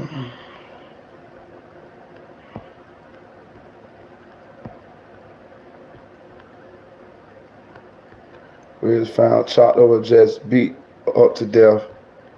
Yeah, I heard. King Morado say bisexual Marita they was. My boy talking like Yoda. Bisexual Marita they was. Yes, that's what they saying, man. That's what they saying, man. Yeah, Wiz was signed 100K. That's what I'm saying. Listen, let me tell you something. That's why you know Trek got some goons around him now. All these unsavory characters. You know he got some goons around him now. So I'm saying, so, you know, he ain't moving in all these circles with all these known killers and criminals and shit. You know what I'm saying? So there's some goons around him, or he's their big ass bodyguards or whatever. You know, and he is from South Florida, well, by way of IT. You know what I'm saying? So, you know. Mina, it's your year, my boy. You going up. Man, I pray to God, man. I pray to God. I pray to God, man. You know, I've been through some shit, dog. You know what I mean? I love to do this shit, dog. For real. Listen, let me tell you something. I used to rap. Like, I'm pretty good at rapping. None of y'all motherfuckers ain't tell me about my rap. Y'all motherfuckers ain't gonna look at none of my videos. Know what I'm saying? But look, I used to rap and I was pretty good, right? But let me tell you something. I just realized what I'm good at, bro. Like in school, I could write stories. I could write stories very well. You know what I'm saying? You can't find a dream, dog. Just LILPECO on YouTube. They right there. They right fucking there. They're right there. I'm telling you. Just look it up. They're right there. Let me pull this shit up for y'all. Let me pull up this shit for y'all. They right there. Them bitches right there. I watch them bitches sometimes. Sometimes when I'm bored. But yeah, so I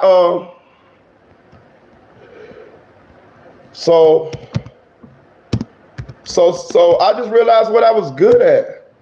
You know, I could talk, I could rap. I'm looking at them right here. I'm looking at the videos right here. I got 1, 2, 3, 4. Let's see. 5, 6, 7, 8. I'm looking at 8 videos of mine right here. LILPECO. That's all you gotta do is pull it up. I'm talking about the videos. All you gotta do is go to I think it's the 1, 2. You can see me right here. Y'all just ain't want to look on. Y'all gotta look on. Y'all, I had regular dreads then, y'all. I had regular dreads, but anyway. So I just realized what my talents was. You know what I'm saying? I have the gift of gab. I can talk, and I never been afraid to be in front of a camera. You know, and when the music didn't work out for me,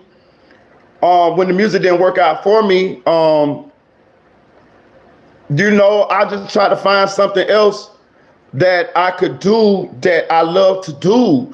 And that's what I'm attempting to do now. I love to do this. I love to do this shit. I promise you I do. Like, I get joy out of this shit. I can do this shit every fucking day. You know what I'm saying? And it's not work to me. It's not work to me. Of course, I got three jobs. I work. But eventually one day, you know, I hopefully I can, you know, won't have to work physically. I can do YouTube, you know what I mean? You know what I mean? And expand from there.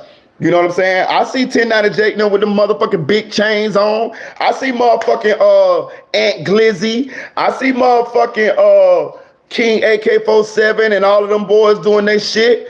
And I'm pretty sure I can do that. I'm pretty sure if I continue to stay down on my grind with y'all support and I invest back into this platform, get some cameras, get some lights, get an actual place to where, you know, get background and all this shit and learn more shit, how to fuck around on this goddamn with the graphics and shit on YouTube, which I be doing at nighttime. I be teaching myself how to edit and shit like that. I work from my Mac and my phone, but eventually I'm gonna get some more computers. I'm gonna get big monitor. Yeah, I'm gonna get my shit popping off. So yeah, I'm gonna do this shit. Exactly. Discipline, that's all. And I be praying a lot, man. I pray a lot, man.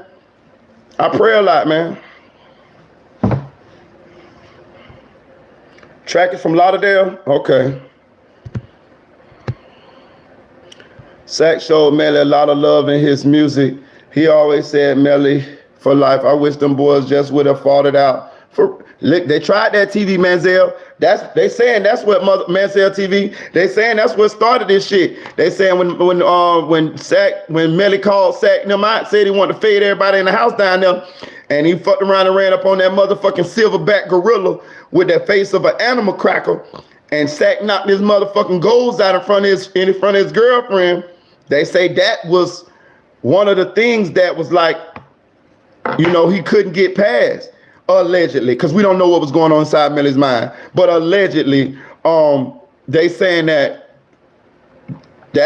was kind of part of like what he couldn't get past, because Sack had them walk the dog on his ass in front of his girlfriend and in front of the guys, and Melly actually lost another fight, a fade. It was a head-up fade. He lost a head-up fade with another one of the members right before he fought Sack. They say he fought two people that night. He fought the one member, I forgot what his name was, and then he fought Sack and lost both of them. And they say Sack knocked his teeth out. I told y'all, they say Sack wasn't no hoe, boy. Yeah.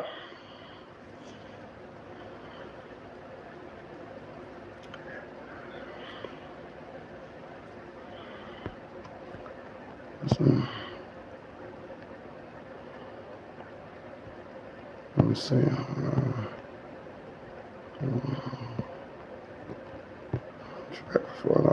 Fredo Banger Snake 2. Hey, listen, I'm gonna tell y'all something too, right?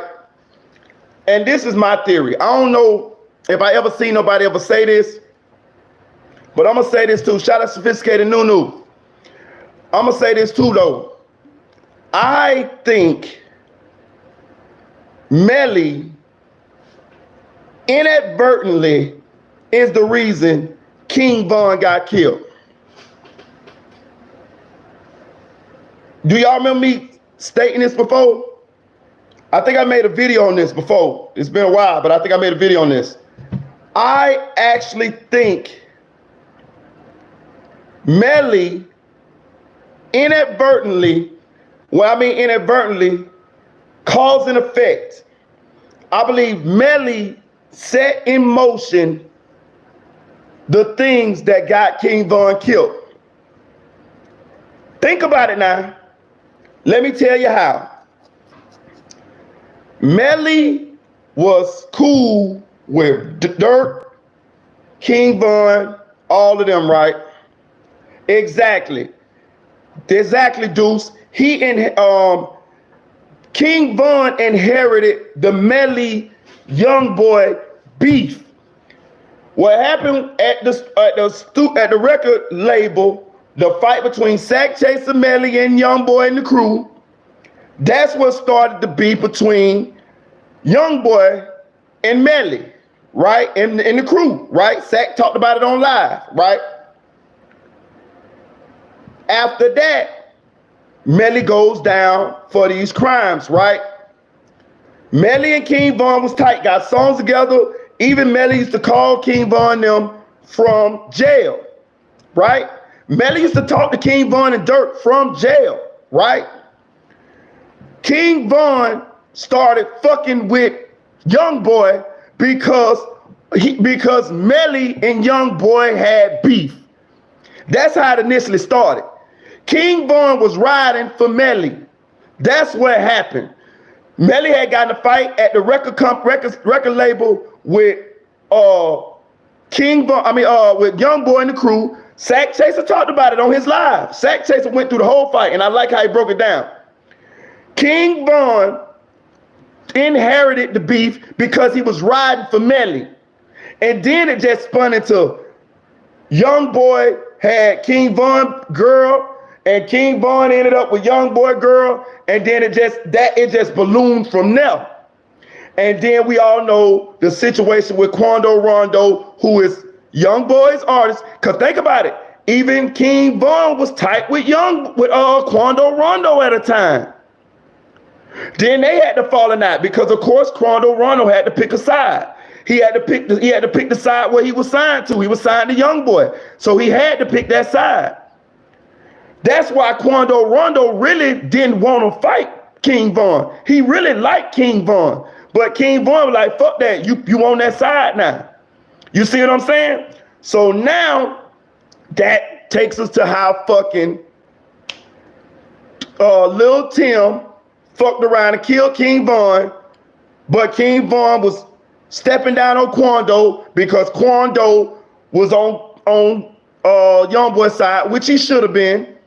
But the beef started from the Melly King Von friendship and the Melly and Wyatt and Young Boy fight.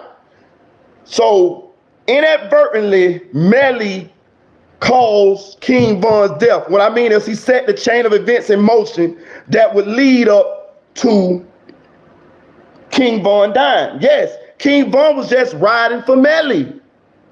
He was Melly's friend. Y'all know how King Von is. He ride for the guys now. He one of them ones now. He gonna ride for the guys. Yes. Yes, that's what happened. Yeah, that's what happened. He was riding for Melly.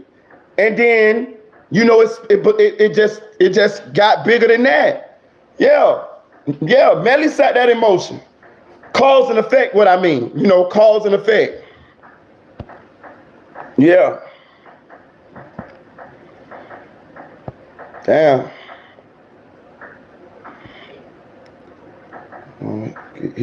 Exactly, Deuce. Exactly. That's another thing. That's the connection. Because I got it wrote down. I'm gonna double check this shit about Chicago, but I'm telling you, I heard this. They saying that them boys are supposed to get killed, Sack and Juvie, in Chicago. Who was Melly in Chicago with? King Von and Dirt. With both of them. So I'm telling you. I've been put that together. I'm like, damn. That's why King Von initially didn't like Young Boy, because Young Boy and Melly had a situation. Yeah, Audio Crack 22. Yeah, Von and Young Boy was beefing over the females, but that was after the beef started. That's how the beef escalated. You know, Von started picking on Young Boy first. You know, Von started the picking. He picked the fight with Young Boy because he wanted to get into it with Young Boy because Young Boy had got into it with Melly. You know what I'm saying? It's like, nigga, pick on me, fuck with me. My homeboy in jail now, nigga, fuck with me, nigga. You know what I'm talking about? That's kind of what happened. And then him and Young Boy went to going tit for tat with the women.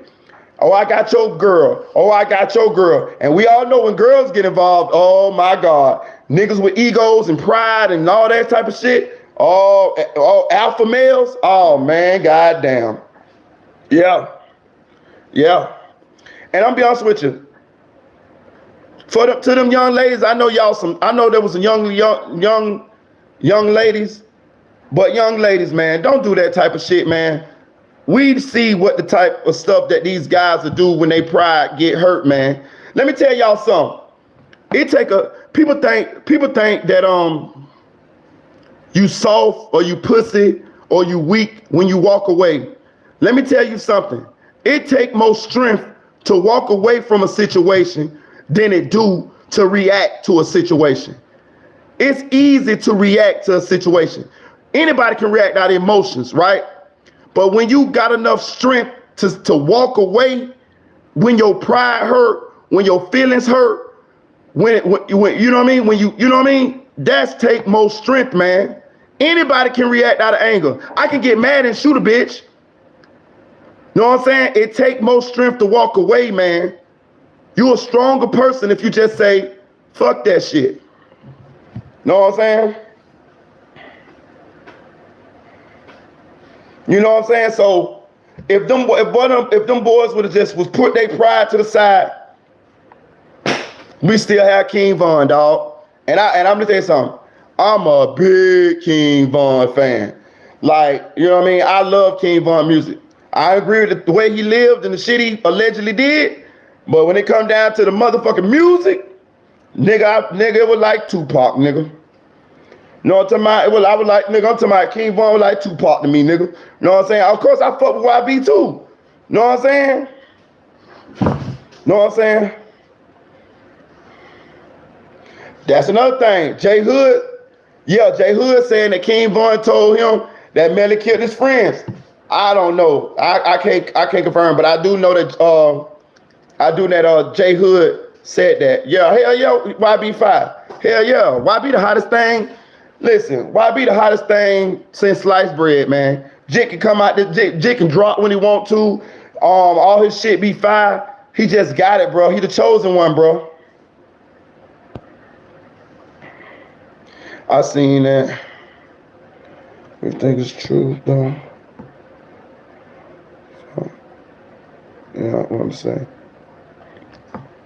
Yeah, hey, okay, so Audio Crack 2022. I don't know if it's true either. Jay Hood is I can't put a finger on him just yet. Sometimes I think Jay Hood be clout chasing.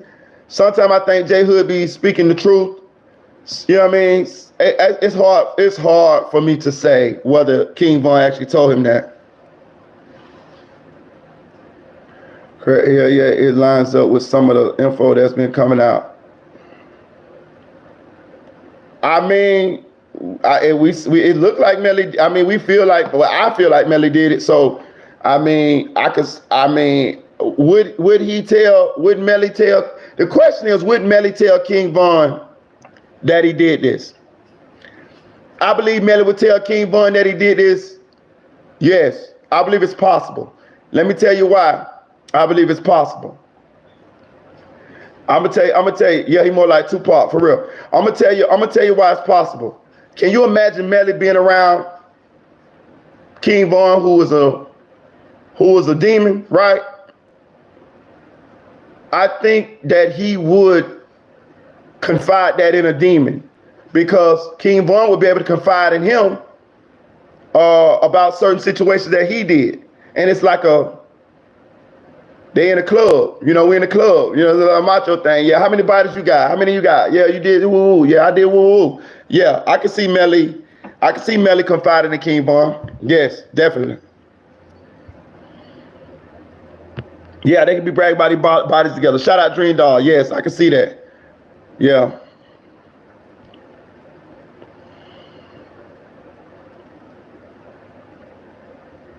Jay Hood reached out to you, asked about track some time ago. Really? That's interesting. Yes, because he would be, yeah, I agree, Gene Doll. I agree. B Slime ain't going nowhere. Dirk gonna get J Hood whacked soon. Watch, he know too much. Hey, did y'all see Brick Baby say that Dirk be whacking people? Well, his exact words was, I ain't gonna tell him to stop whacking them though.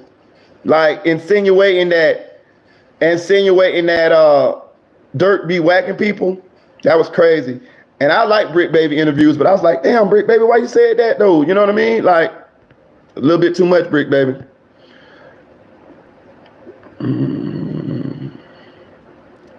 Vaughn and Melly was both. Unfortunately, Melly was the weak link in the crew. What you mean by that, Deuce?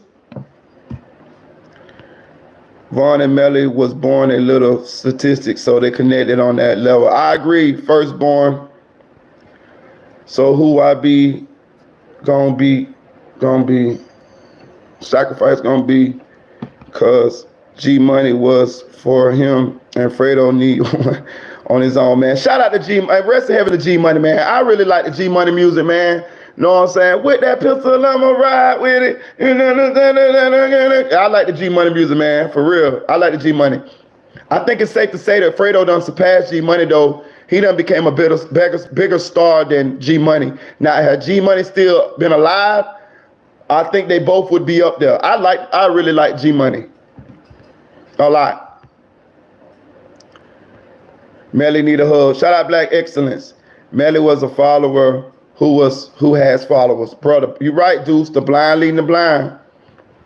Vaughn was always bragging about his work, so yeah, I believe Melly would tell him, but would Vaughn tell J Hood is the real question.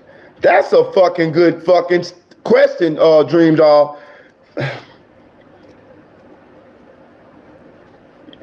I don't know. It seemed like J Hood is kind of like a little not on what they own. So why would you tell somebody? I could see the Melly and what's the name connection, but the J Hood connection, as far as like him, Vaughn confiding that type of information to him, I don't know. But at the same time, Vaughn told anybody. He insinuated. The nigga told us in a roundabout way. So that's a hard one. I'm 50-50 on that one. But I ain't never heard nobody say Vaughn told them about nothing they did. Nobody. J Hood, the only person that ever came out and said that Vaughn told him about some situations. So I don't know if Vaughn would tell J Hood about the Melly situation. I don't know. Yeah, I don't know how close that was. Yeah, very interesting. He is higher ups have him protected. Yes, he is the higher ups. Black firstborn artifacts. Do you think Dirk got a Rico coming?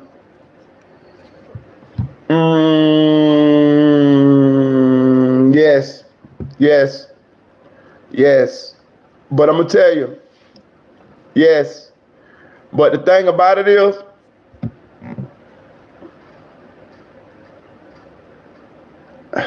yes, it seems that way.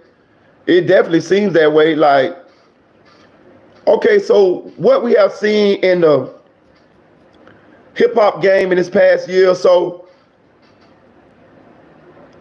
the law enforcement definitely investigating all the so-called drill, clicky, gangy hip hop artists, right?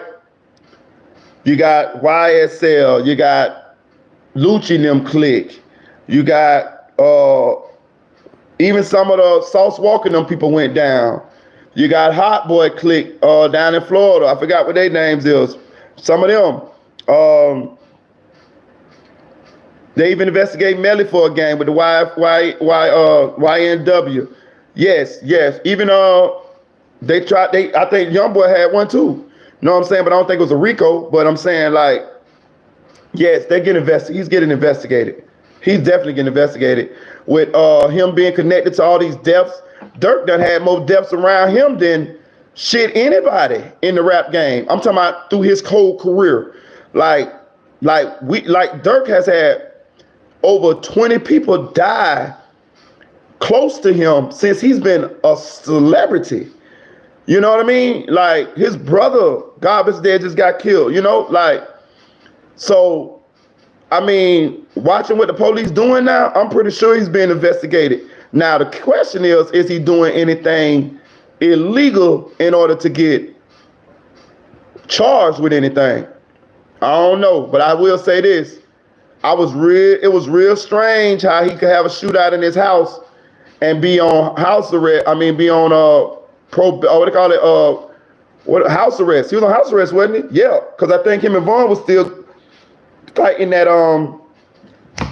shooting in Atlanta. It was real strange. Fuck it, put it this way. It was real strange to me how a convicted felon could motherfucking have a shootout in his house and not get charged with possession of a firearm by a convicted felon. That was very strange to me. I don't give a fuck if you is protecting your life.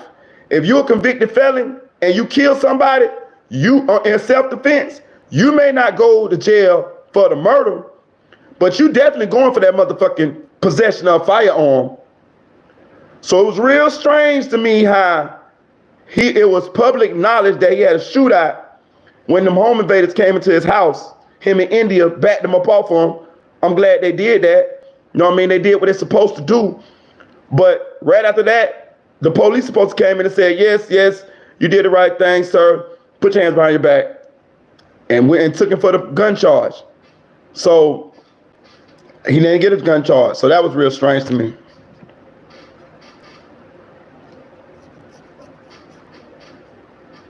Exactly.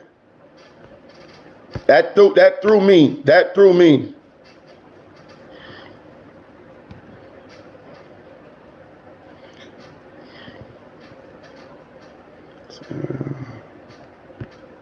That threw me. Melly will be able to vouch about Melly. Hell no, Melly going to jail. If you trying to do an insanity plea, hell no, that motherfucker ain't insane. Hell no, he can't. No, he ain't got a chance in the snowball chance here for his insanity plea. I'll take them 5 years. I knew niggas who was on probation and got caught with a gun, and they took him to jail behind it. When they say you ain't supposed to be around a gun, that means you don't be exactly. Hold on, I'm gonna take it a step further with the guns. I got a couple homeboys, right? Got pulled over, different homeboys, different situations. Got pulled over in a car. Didn't have a gun at all. When the police searched the car, found 3 bullets under the seat. Gave him 3 years. 3 bullets, no gun. 3 bullets. 3 bullets, no gun. 3 years by a convicted felon. A convicted felon can't even have ammo. That's a charge. 3 bullets. I'm thinking the police, what you thought these motherfuckers gonna throw the bullets at a motherfucker? 3 bullets. Right. 3 bullets, nigga. No fucking gun. 3 bullets under the seat. I'm like, damn, what he gonna do? Throw the motherfucking bullets at a bitch? Like, how you put a bitch in jail for bullets? Bruh, if you're a convicted felon, you can't even have no fucking bullets. They can't they ain't gotta have no gun. Let the motherfucker find a bullet. Yeah, that's fucked up, boy. Hell yeah. So as far as Dirk's situation, that shit always threw me. I just never understand how I understand. And then he was still, and at the same time, he was fighting that case with King Von too. Like, I don't know, y'all. I don't know, gang. Like them boys in Chicago say, I don't know, gang. That whoop ain't whooping. That whoop ain't whooping. Yeah, I have a possession firearm. George lawyer. That's aggravated assault charge. Believe it or not, it is. Where you're a felon, you can't do much. Nah, for real. King, I think there's a fine. Finna be a new major. You hear that too? Yeah, Dirk gonna pay them off too. I'm just saying, I just thought about that when we was talking about when I answered somebody a question about Dirk. I still have a gun that's put it in my girl name. Hey man, pull a BTB Savage. Shoot a motherfucker and then tell him your girl shot him. But you better not be on that scene for them to do that goddamn gunpowder residue. Or your black ass is going. Straight to jail. Do not pass go. Do not collect $200. King Von knew Dirt snaked him and was gonna make him take the charge from Atlanta case. You ever seen how he looked at him in the courtroom? Dirk is a very wealthy. He can hide somewhere and live good. What if Melly lawyers got something up their sleeve? I don't know. Listen, what do they go? Chase. I don't know. Chase, are you Chase Banks? I can't see your profile. That's my dog Chase. Say yeah if you my dog Chase Banks. All right, Chase, because I'll try to look you up the other day. I didn't want to see if you my dog Chase or is you another Chase. Now that case blamed on Von. Dirk beat the case quietly, swept it under the rug. Okay, all right, Chase, my bad. Shout out to you anyway, though. Now the case blamed on Von. Dirk beat the case, swept it under the rug. Exactly. I seen they swept that shit on the rug real quick. Your ass still going, can't be around guns, ammunition. Exactly, bro. I understand that. And you fired them bitches? Man, lawyers got on a tank top. Man, the lawyers got on a tank top. What? It's a good case, real talk. DD. I've been rocking with you, my boy. Shout out Anthony Thomas. Nah, I'm not Chase. Okay, all right, Chase. I hear you, but I appreciate you being in this bitch. Hit that subscribe button, though. They got on tank top. Who got a tank top on? Put me up on game. Sad copyrighted YNW and strike YNW songs coming out next few depositions. Okay, Tim here. Reiterate what you're saying, Tim here. I like where you're going with this. Sad copyrighted YNW. I'm gonna write that down. I'm gonna double check that.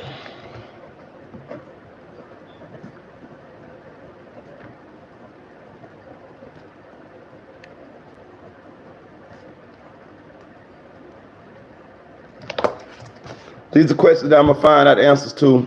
Hit that like button, y'all. Let's say Melly did get in the car, right? Okay.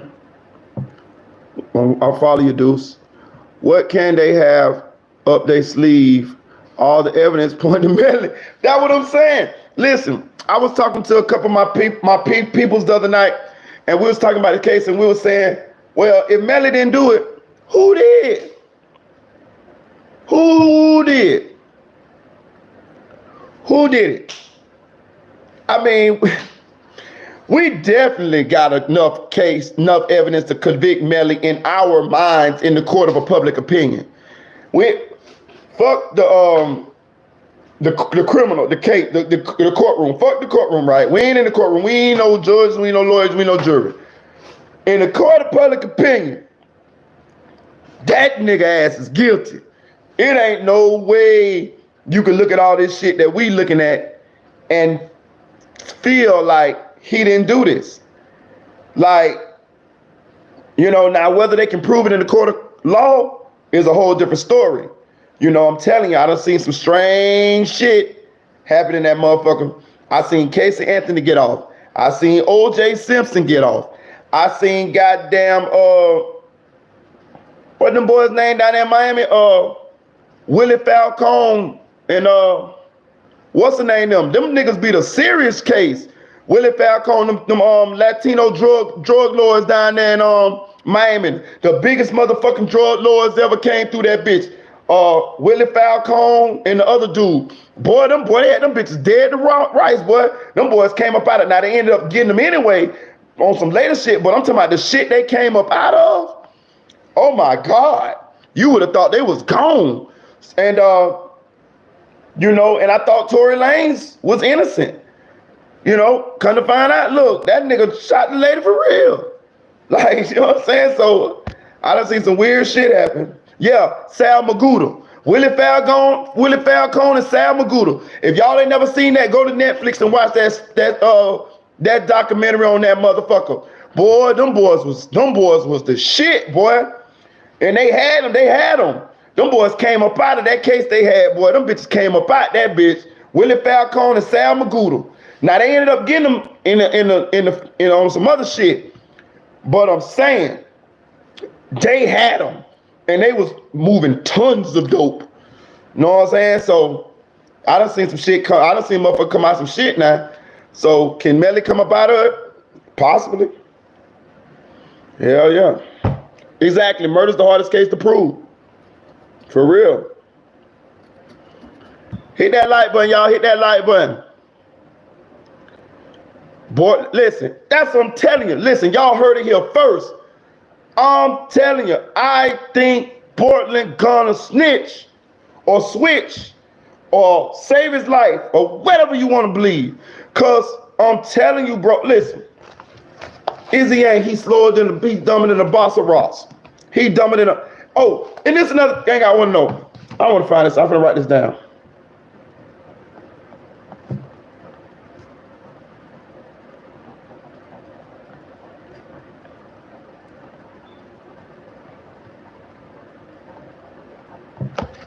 Hey, when is fucking Portland going to trial?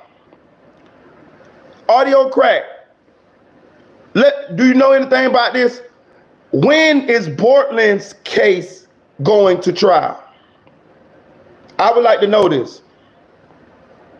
My money on tracking Jacoby's testifying. You think Jacoby gonna testify? I want to know. Let me see. If they don't got witnesses, then they can check surveillance cameras. Definitely. Portland case depends on Melly. His lawyer already know that he is not a credible witness. Okay. Melly going first. Work out in his favor. Yeah.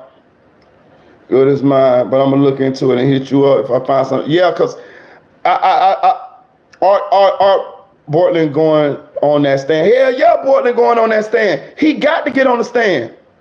He got to get on the stand, cause let's just think about this now. Before the first person to ever talk to the police was Portland. Portland pulled up to the hospital with the bodies. Portland, the first person that the police talked to who gave the first scenario, the only scenario really, is Portland. Portland gave the alibi. So he got to go on the stand. He going on that motherfucking stand. I think, shout out Thrash Bill. Yeah, I think Portland definitely, listen, man, is he don't tell and Melly get convicted? I don't know, bro. Portland ain't never coming home. And this another thing. You and Melly ain't gonna be in the same jail, motherfucker. So you gonna do your life wherever you gonna do your life at, and he gonna do his life or his whatever way he do it at. Like, you gonna be alone, nigga. Track them gonna stop sending money cause the shit is over with. Like, you gonna be in that bitch fucked up, cuz. Portland talk, Track, talk, Jacoby, talk. And it's another guy, I forget, but they got plenty of witnesses. Track talk, Jacoby talk, Bort talk. Okay. Shout out Audio Crack. Portland snitched when he opened his mouth to the police. I mean, he couldn't say nothing. He placed them on the scene. Never will be together again. No, by him lying, discrediting him. He should have asked for a lawyer. Exactly, should have asked for a lawyer. Can't take his testimony seriously. Listen, let me tell y'all something. I don't know if y'all already heard this, but evidently Portland had not heard this. Any motherfucking time you get asked what happened by the police, if you is you know you doing something illegal, or you know you possibly could go to jail for doing whatever you were doing. Now, if you're a law-abiding citizen and you telling the truth, go ahead and tell the police what happened, right? That's cool. You tell the truth, you innocent, you a law-abiding citizen, you a civilian, tell the police the truth, that's fine. But if you're doing something criminal, you don't tell the police shit. Let me tell you why you don't tell the police shit. Because when you tell the police something, you give the police, you don't give your lawyer room to make a defense for you. You box your lawyer into whatever your statements are.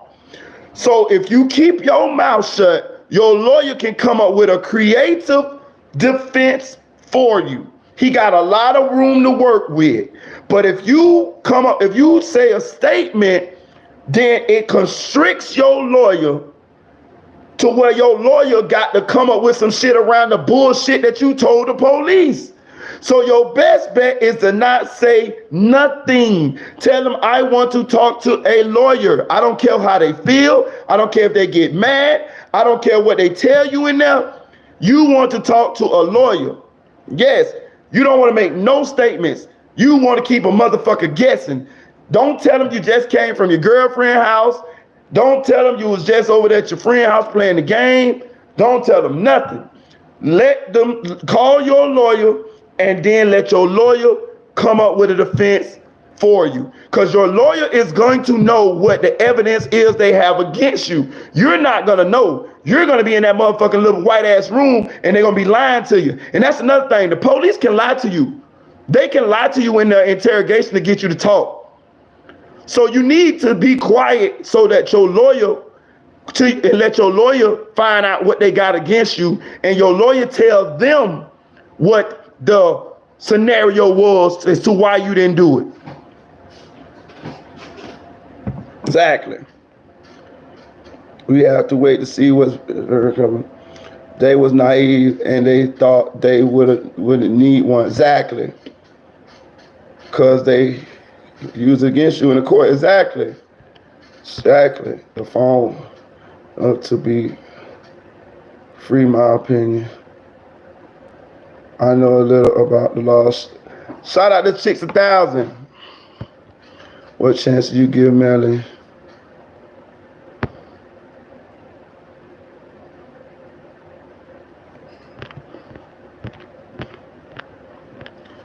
Oh yeah, so she said what chance you give Melly. That's why I say it's very interesting. Because I'm gonna tell you something now.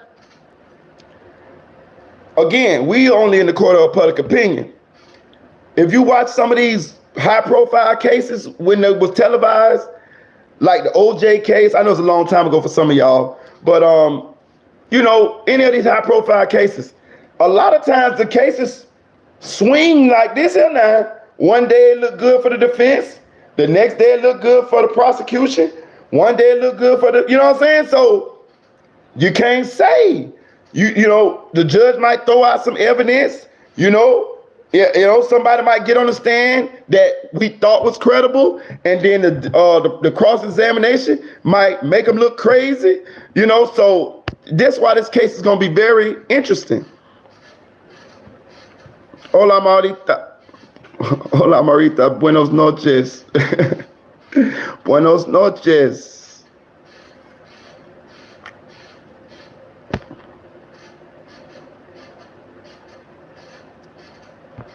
Boy, better wake up. If not, he will be doing a minute behind bars too. For real, I'm telling you. Yeah, that's Cortland. You know, they changed his name to Bort because of the Bloods. You know, his name was Cortland Henry.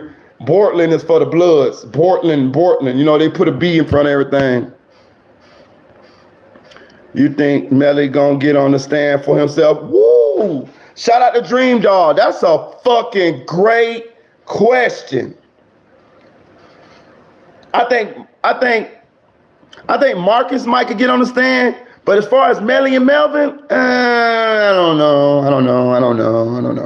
No, No, Dream Dog. Hell no. Hell no. Hell no. Oh, put it this way. He better motherfucking not. Hell no. Hell fuck no.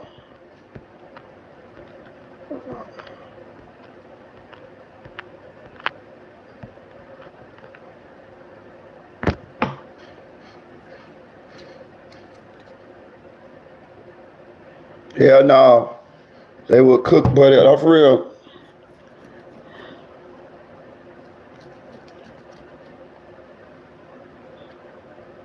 They say, everybody say, hell no, Melly won't take the stand. Them prosecutors gonna walk him down. I'm telling you, bro. Listen, I'm gonna tell you another thing. Let me see. Jamie better not get her motherfucking ass on the stand. I know she probably a character witness, or she probably gonna be the one to say whether Melly called her after the actual murders and shit, but she better not get her motherfucking ass on there either. I believe they're gonna eat her ass alive too.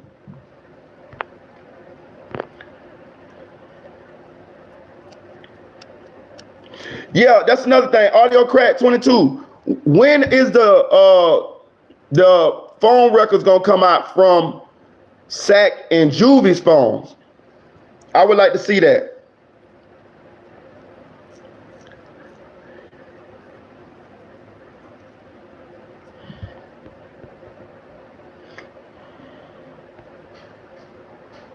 Yeah, Jamie asked, I'm telling you. But again, I'm gonna throw a bone on the Melly side, right? He probably got high profile lawyers. Oh, and I'm gonna tell you another thing I thought about this too, what a lot of people ain't thinking about. I ain't gonna say Melly broke, but he got to be in a lot of fucking debt right now. He got to be in a lot of fucking debt right now. Think about this, right? So when you sign a record contract, right, you know that's a loan, right? Like, that's a loan. You know what I mean? That's a loan.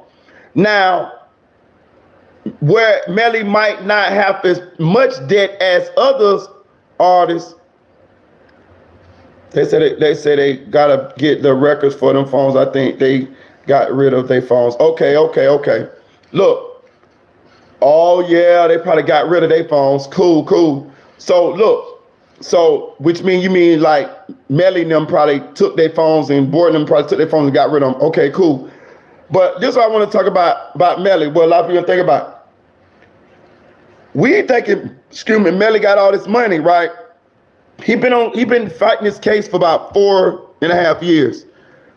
I'm sure he's in the millions now in legal fees, right?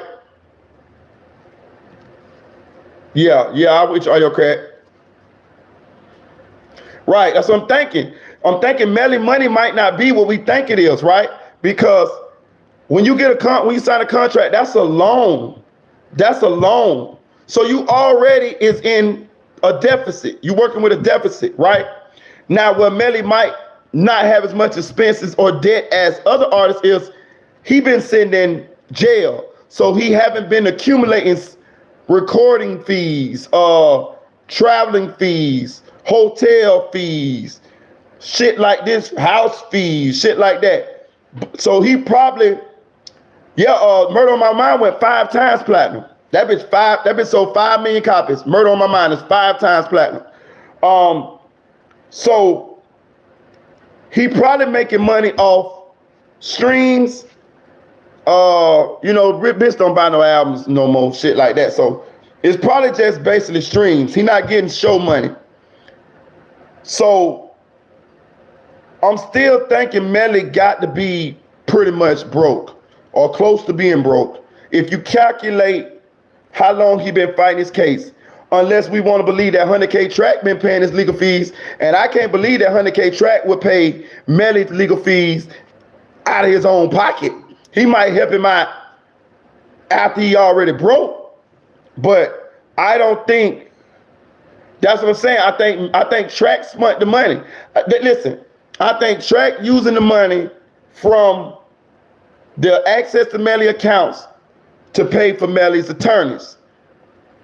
And I'm thinking, and also you know, to fund Jamie's vacations on the boat trip with the Tatianas. You know what I'm saying? And Melly said that him and Track get the same percentage off B Slime. But I'm saying, do y'all know a poppin' B Slime song? You know what I'm saying? I don't know. Yeah, but they just got subpoenaed the records and it's to go, okay. They have his phone there. That still doesn't mean the phone was in the possession of the owner. Even making with Fredo Bang from Melly's freestyles from sessions, because now Melly recording style. And Trap been spent up Melly money for sure. They even made him making a band type series. They can't get the text messages. This album is platinum and gold. Hell yeah. They still can call up the records, pull up the records, and have your phone, but that doesn't prove that you had it. Okay, cool. I'm cool with that. That's why they been milking his music and name for real. Yeah, man, had and them after the situation. Okay, he's in city for it yet, right? Tatiana's all over for real. They're using B Slime to add to the YNW brand and using that money for legal fees. Probably could be. Listen, listen. B Slime, listen. I'm saying, do B Slime got some good songs? Listen, y'all put me up on it. I don't know, man. I'm just saying, like, I don't be seeing, you know what I mean? That's what I'm saying, B Slime, nobody. So when we looking at B Slime as like a cash making cow to be able to pay for a lot of, you know, things, I don't see it. I don't see B Slime actually, I know he'll jit, exactly, this chick's 1,000. I don't see B Slime actually being a big enough artist with a big enough buzz to, he like 11 years old, I can't listen to it, exactly. He had some good views and when he was younger. Okay, shout out Jeff V, just not a star. B Slime straight. Shout out Chase, just not a star. Exactly. That's what I'm saying. He's known as Melly Brother. That's it. That's what I'm saying. And the guy that if you get some chocolate, he'll roll around on the floor and sound like a Pillsbury Doughboy. Ooh, ooh. That's what I heard. But yeah, so he making money though, for sure. Is that what you saying, Firstborn? Okay. The prosecutor in Broward County is tough. Did y'all see her on XXX case? Hell yeah, we seen on XXSK. Hell yeah. That black woman, yeah. Give him some chocolate. That's how they say. They give him some chocolate. He just roll around on the floor and fart and laugh at himself. Ooh. So every time he fart, he just laugh. Ooh, ooh, hee. That's what they say. I promise I can't make this shit up. When it comes to money, we don't. Who throwing money his way? Plus B Slime. Music is doing good amongst young kids. I'm gonna look this nigga up. I'm gonna look this snuffleupagus looking motherfucker up. Look up ADHD B Slime video.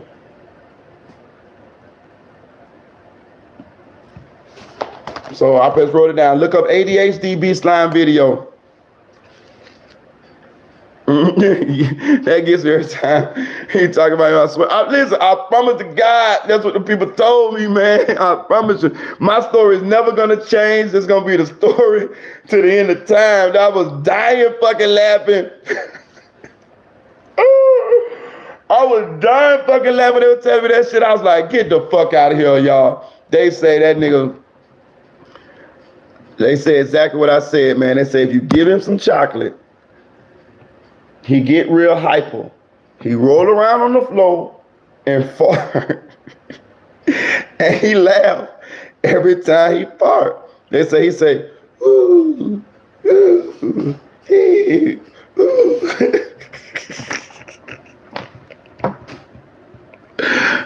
I promise you they said that shit. I promise you they said that shit. I promise you that shit. I say,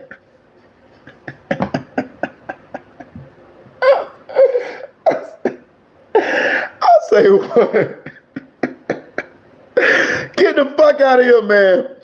Listen, I want to hang the phone up on them bitches when they told me that shit. Bitch, get off my phone. What the fuck is y'all talking about? Bro, what the fuck? I want to hang up on the motherfucker when they told me that shit, dog. I promise you. Listen, that what made me kind of go in on all of them then because that's how they was saying it. They were saying, you know, Miss Jamie, dingy. Then they said, Melly, slow. And if you look at the deposition, what Melly's girlfriend mama said, we went through it yesterday. What did she say? Melly's slow.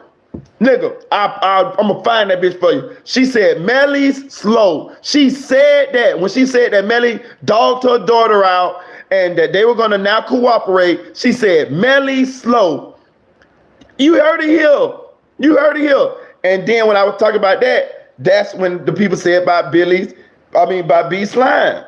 I'm telling you, they say all of them slow. They say all three of them. Now I will say this though. Remember I was picking at how Miss Jamie talk. They say she really do talk like that. They say she really talk like that. They say she talk like a white girl kind of sort of. She from Ohio, but B Slime, you get that nigga some chocolate, that Hershey syrup, that nigga gonna roll around on the floor. I promise on my kids, they say he gonna roll around on the floor and fart and laugh. Like the Pillsbury double just like they say the farts be making him laugh. Like, you know, he laughing at himself like, you know, he's a kid, like, you know. I've been chilling for the longest, but that had me roll up telling very slow for some things. He was slow to shoot his friends. I don't know, that nigga crazy. Melly got it slow. He suck at being a criminal for real. If we have an all-white jury, Melly is done. What? You said a mouthful in Black Excellence. Let's say each 1 million views on YouTube is 12,000 to 20,000, depending on ad payout.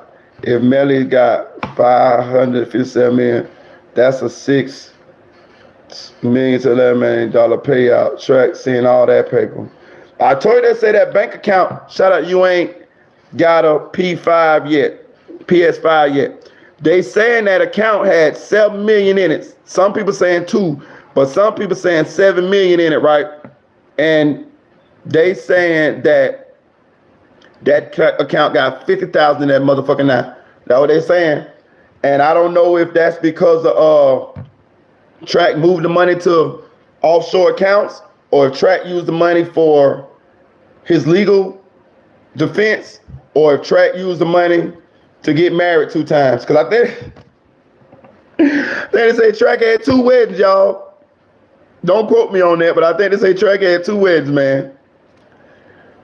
That's why they're putting his music on Melly's channel. Exactly. But we will see that, yes, but mixed. It's gonna be majority white. Yeah. Melly's gonna fart in that courtroom to get his sanity. He better get, listen. He need his whole family to come in there dressed like motherfucking bananas or something. Put on some motherfucking paint on them or something. He need all of them to act crazy. The jury pool is random. They handpick each juror and they will definitely strike the black ones just for being black. Yeah. Florida don't play. Hell no. Hell no, especially not with the Santos in the motherfucking chair. God damn, I don't like that motherfucker. That bitch is, he on one. You see Ron DeSantos motherfucking beefing with Disney? How the fuck you beef with Disney, nigga? The governor of Florida is beefing with Disney, man. That doesn't let you know. Ron DeSantos don't give no fucks. How you beef with Disney? Ron DeSantos right now is beefing with Disney, nigga. Disney is like the golden child of Florida. Like, that's the most wholesome brand in Florida. Like Disney make Florida. You know what I'm saying? Along with the beaches. Like Disney, Miami, and the beaches make Florida, Florida. This nigga beefing with this motherfucker beefing with Disney. That nigga beefing with Mickey Mouse. Ron DeSantis don't give a fuck, boy. So yeah, Melly has in trouble. Yeah. 0 tolerance in Florida. For real. Jeff, he probably stuck in a 360 deal too. So all that money not his. I know how much money they take from his YouTube though. Most of them deals be 85-15 split. Yeah, I agree too. He ain't seeing all that money. He definitely in the 360 deal. Almost all deals nowadays are 360 deals. You know what I mean? Unless you totally independent. Which some people are, but very few people are. You know, a lot of people be wanting that boost from the big brand. A lot of people don't have money in order to fund their career, so they have to sign with a label in order to get the marketing, promotion.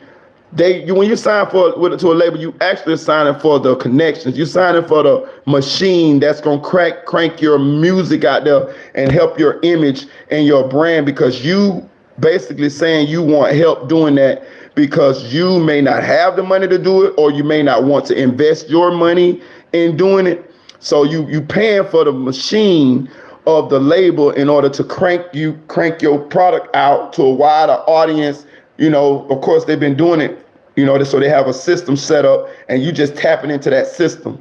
You know what I mean? Do you know why he's beefing with Disney? I saw something about some kind of terminology that Disney was using, and it was some bullshit. I saw it. It was something about the alphabet community. I had to go back and double check, but it was some kind of alphabet community. You know, the Disney was using some kind of terminology, and he was trying. I don't know. I don't know. I double check it. I looked it up though. I saw it. Yeah, it was some gay stuff. Right. It was some gay shit. Right. Facts. PS5. When I saw that, I peeped his play because Track got HOS on channel. What's that? What you mean?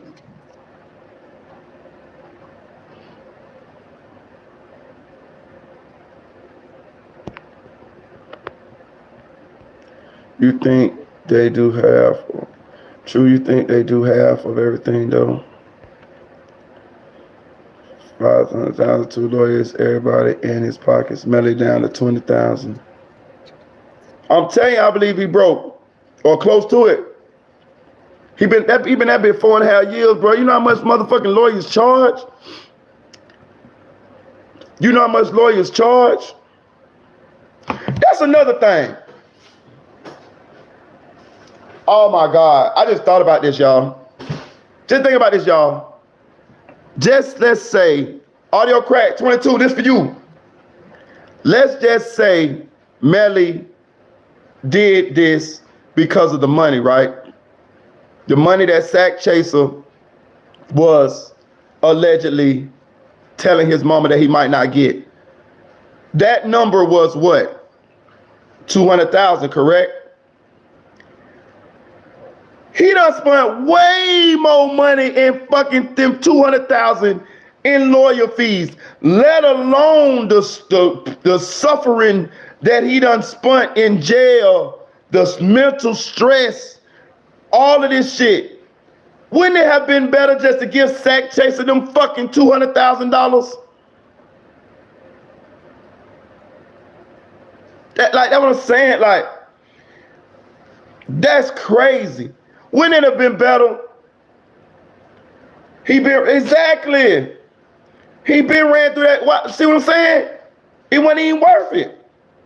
You possibly finna spend the rest of your life in jail or get a death penalty when you could have just gave Sack Chaser them $200,000. If that what it's all was about.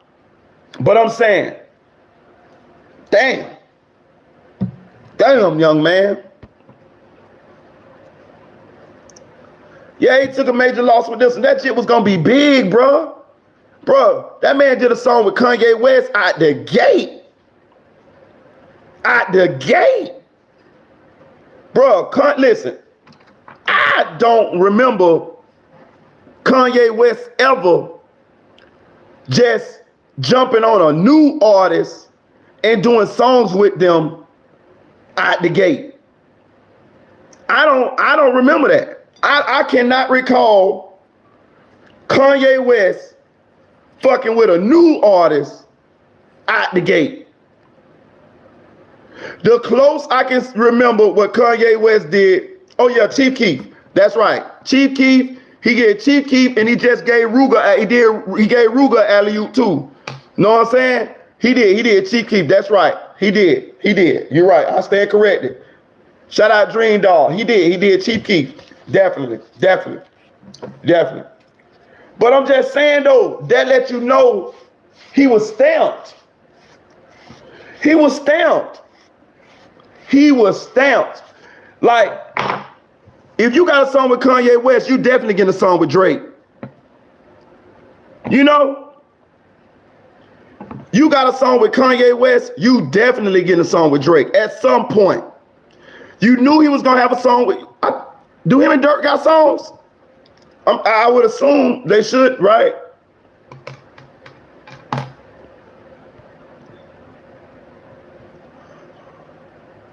Oh yeah, Designer. Yeah, Designer. I really wanted him to make it too. Bro, he was on his way, dog. Yeah, Kanye even shot a video with Melly, right? Know what I'm saying? Like that's what I'm saying.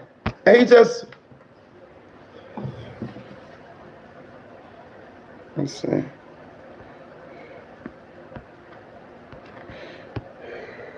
He just threw it away.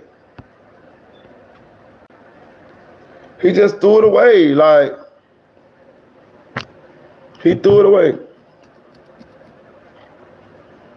He finessed that PS5. Designer, a one-hit wonder. Bro, you seen him on the airplane showing his genitals to them people, dog? That's that Molly talking.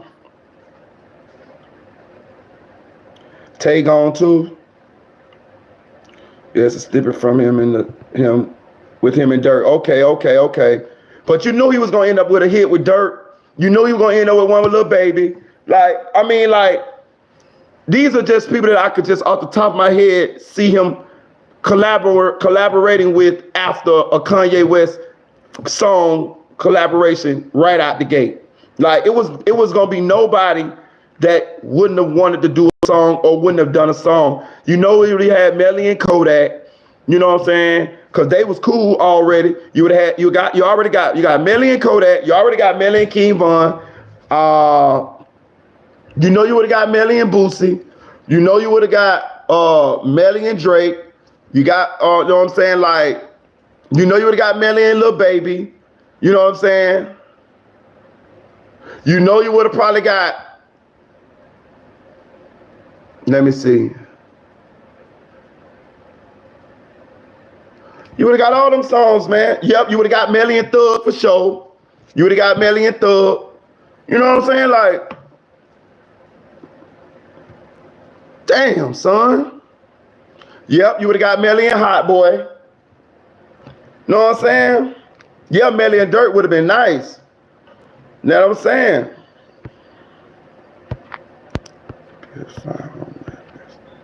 I'm trying to eavesdrop on y'all conversation.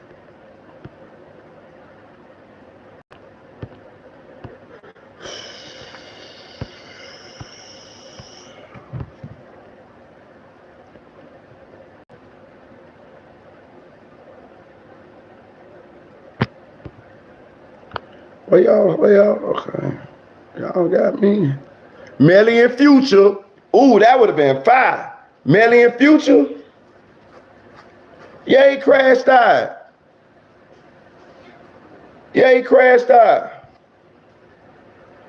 Melly and Future would have been nice, boy. That's what I'm saying. I'm gonna take it a step further than that. Melly could have crossed over. You remember how Nelly and Tim McGraw did that song? It's all in my head. I think about it over and over again. Remember that song? Remember Nelly and Tim McGraw? Melly could have crossed over like that. Yeah, Melly could have crossed over like that. Melly and Tim, like you remember how Nelly and Tim McGraw did that song? That bitch was hard. Melly and Tim McGraw. Hell yeah. Nelly and Tim McGraw. Melly could have crossed over just like that. Melly could have crossed over Melly and Taylor Swift. You know what I'm saying? Yeah. I'm telling you. Melly could have crossed over. I just reflect on that, bro, because it's just sad, dog. It's just sad, dog. Like, we don't know how this thing gonna come out, but it ain't looking good for Shawty, man. But look, I'm finna get off this thing, man. We've been rocking 4 hours, man. Listen, we're gonna do this thing again tomorrow. Hit that like button, man. Subscribe, man. I appreciate y'all. We rock for 4 hours, man. Listen, I love y'all, man. Shout out to Dream Doll. That's my boo. She over there in Martha's Vineyard, drinking wine, chasing turkeys. Know what I'm saying? Shout out Jay Machiavelli. Shout out Firstborn Art. Shout out JP. Shout out Tim Hill. Shout out Adam. Audio Crack 22. That man threw us a real nice alley-oop tonight, and we rolled the whole night on his content. Go subscribe to his channel, man. I appreciate you, Audio Crack 22.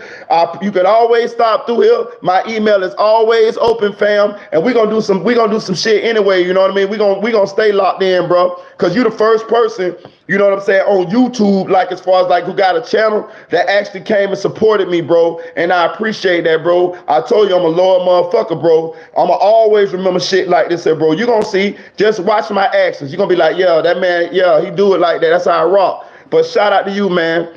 Shout out to Black Excellence. Shout out to my motherfucking second in command, the Chicks 1000. Know what I'm saying? Shout out to my cuz, Deuce Dog. Shout out to Sophisticated Nunu. Shout out to Easy and Out Cleaning. Go on, don't fuck around and get swept off your feet. Fuck around with Easy and Out Cleaning. Know what I'm talking about? Straight up, dude. Let me see who else. Shout out to You Ain't Got Your PS5 Yet. Know what I'm saying? Straight up. I'm just getting y'all shots out. Shout out to Black Excellence. I might say some of y'all twice, but hey, y'all get 2 shots out then. You know what I'm saying? We go get these folks shots out, man. Shout out to Jeff V. I just like it. This live was lit, man. I appreciate y'all, man. I appreciate y'all. For real, for real. Shout out to Thraxville, my boy from 510, Dub City in this bitch. Know what I'm talking about? Shout out to Winnie Safi Kenya in this bitch. Know what I'm saying? We was rocking, boy. We was rocking. We doing better, y'all. I appreciate y'all. I appreciate y'all. I really do. I really, really do. Shout out to DD Martin. That's why I'm going all the way back down this bitch to get everybody their shots out. For real. I just want to get everybody their shots out, man. Shout out to Chase. You know? I want everybody to shine. For real. I want everybody to shine. Make sure y'all name be said. But I love y'all, man. I love y'all. Good night, man. We're going to do this again tomorrow, man. Sweet dreams. Good night, man. God bless y'all. Shout out Battalion Bully.